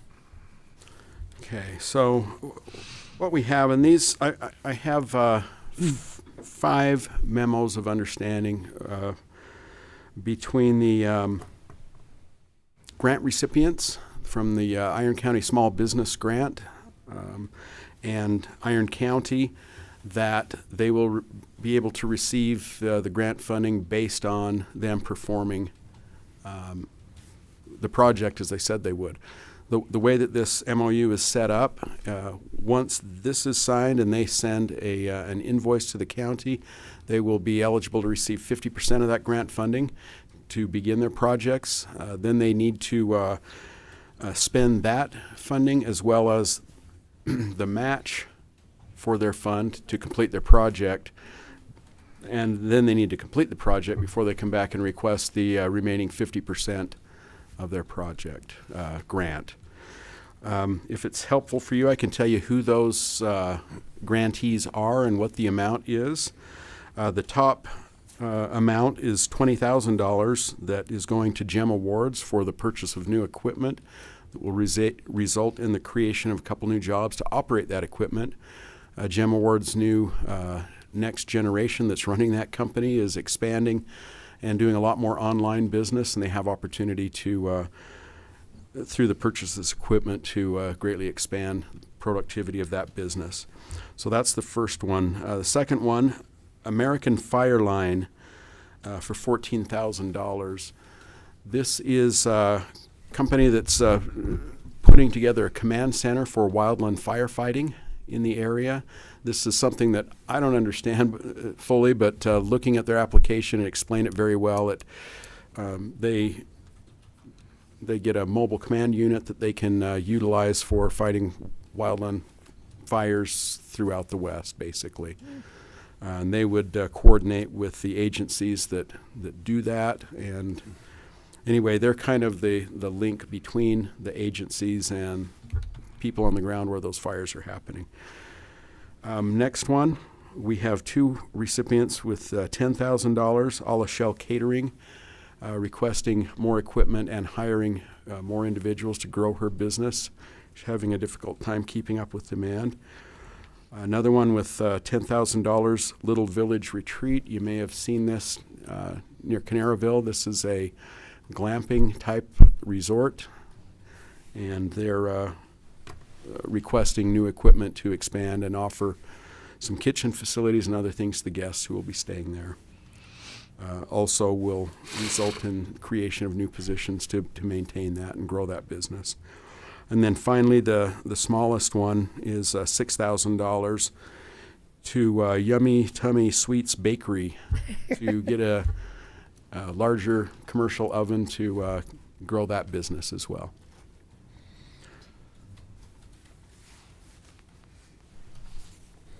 And Yummy Tummy Sweets Bakery brought samples to the board. Economic They have swayed the board a little bit. They were incredible. Really, they were very, very worthwhile company. Cool. Each of these companies show great potential for growth and adding new employees. They meet the criteria for this grant program that we set up. This shows that we had huge demand for this Iron County Small Business Grant. How many applied? Pardon me? How many applied? 20 applied. Wow. We had 60,000 to award. The total request of those 20 who applied was over $500,000. So I think with that and with the businesses that we had, we'll be able to go back to the state this year with that Rural County Grant Program and show that this is a successful program in Iron County and continue to help small businesses here. That's neat. We're excited. Okay, any questions? Good. Motion? Yep. I would move for approval of a memorandum of understanding Iron County Small Business Grant Program between Iron County Economic Opportunity Advisory Board and Iron County Commission. Second. Okay, it's been moved and seconded. All in favor? Aye. Aye. Thank you. Motion carries. Danny? Thanks, you Danny. Do you need to take these now, or do I give these to John? Do you need these first? Yeah, have you? Okay. Did you get a chance to sign them? Yes. Okay. Okay, we'll go to agenda item number we leave enough 7. time to get to the airport, Danny? Oh, yeah, I'm good. Okay. Thank you, Danny. Thanks. 7, discussion and possible approval of a memorandum of understanding, a federal funding title 4-E. Is that right, Candace? Good morning again.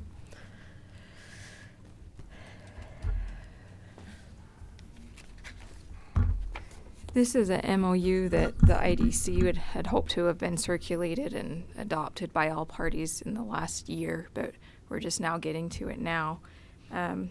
This is funding that was passed through the legislation back in 2019. And basically what it means is that counties that employ public defenders that work in the juvenile court who are directly involved in foster care and adoption cases are eligible to be reimbursed through this funding, or a level of a reimbursement, not total reimbursement, but eligible for some reimbursement. Again, it's only for cases where foster families or foster parents are involved, but in essence, what would happen is we would file quarterly reimbursements that would then trickle down and be dispersed between DCFS, foster, and then the county to reimburse, because it's a team that works on that. It's not just parental defenders, it's the foster families and DCFS. But we would share in that funding or that reimbursement. So, any questions? No. Nope. And these are state dollars? Yes. State dollars. Yes. I would move for approval for memorandum of understanding, federal funding title 4E. Second? It's been moved and seconded. All in favor? Aye. Aye. Motion carries. Okay. Thank you. Very good.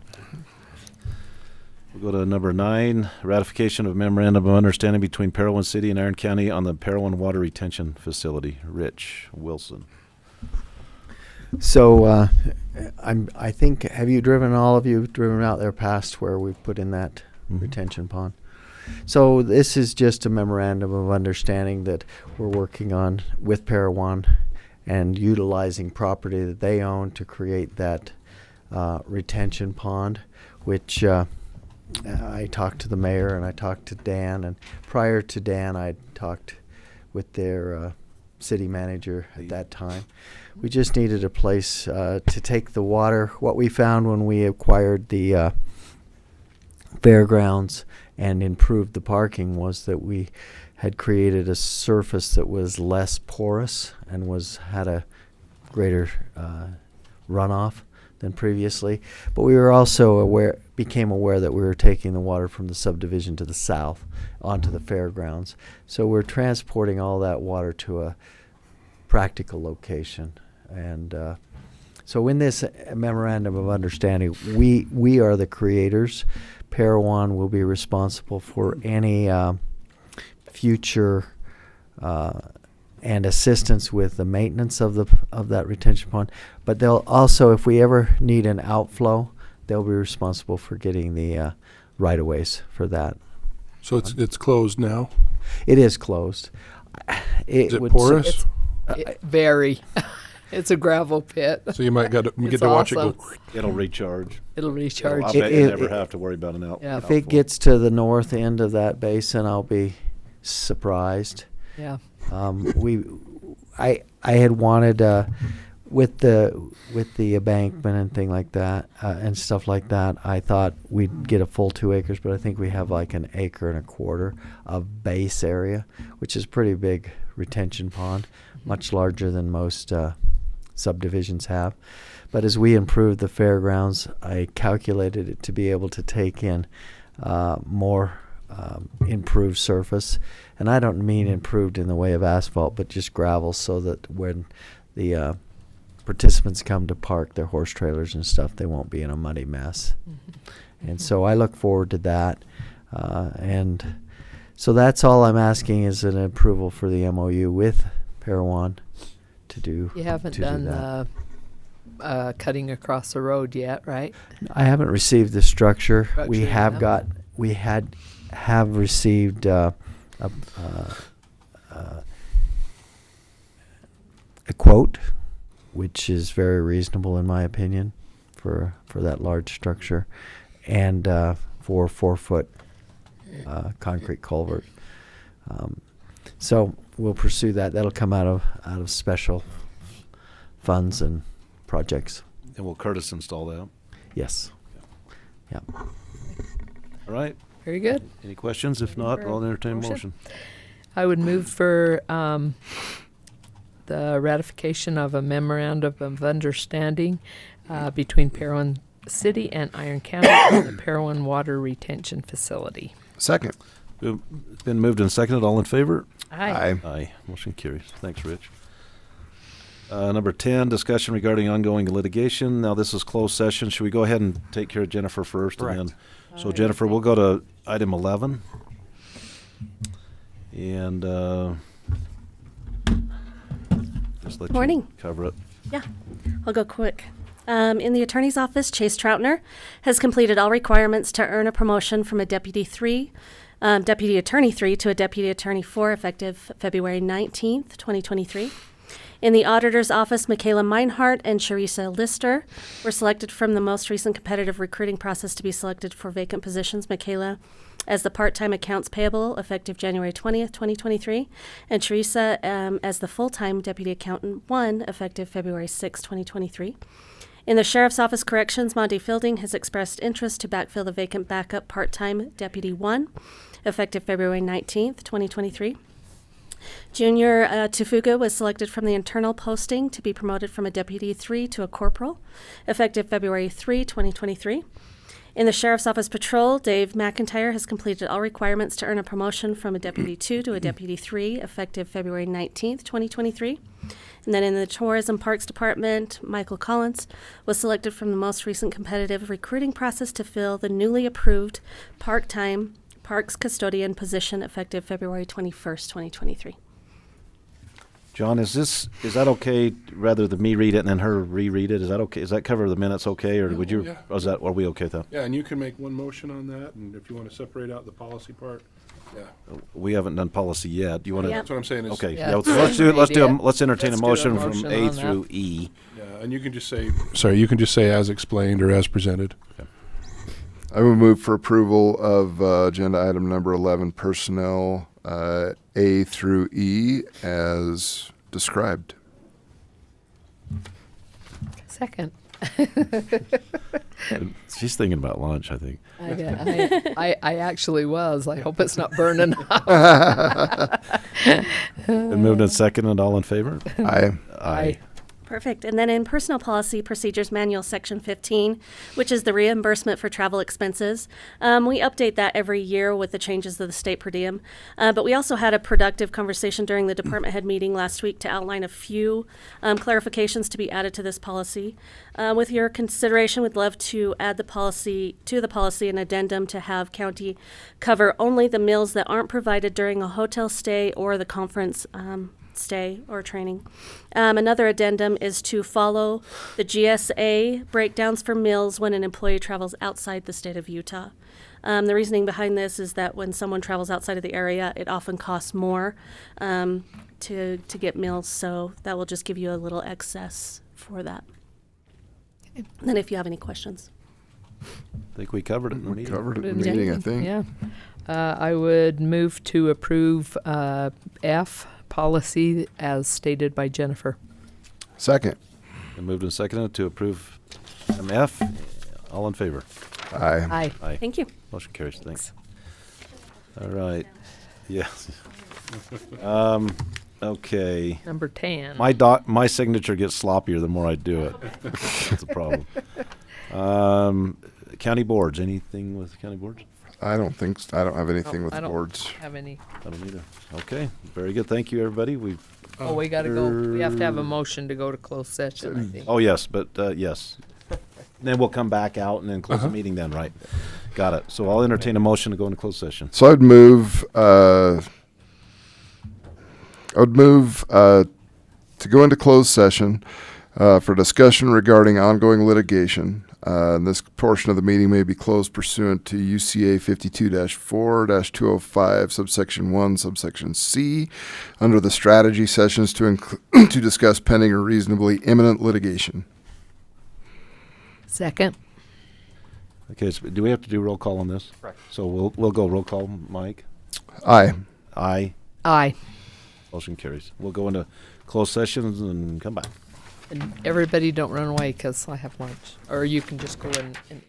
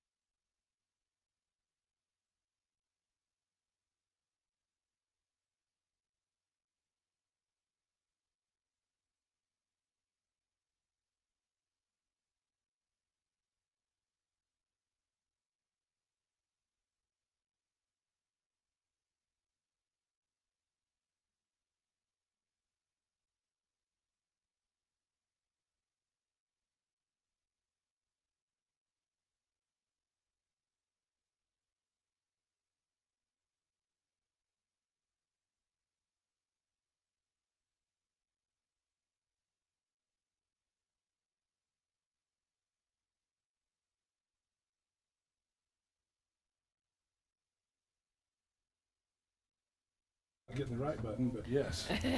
Go ahead, Commissioner. Okay, well, we're back. We've held our closed session and nothing to act on in this meeting, so we'll declare the meeting adjourned. Thank you.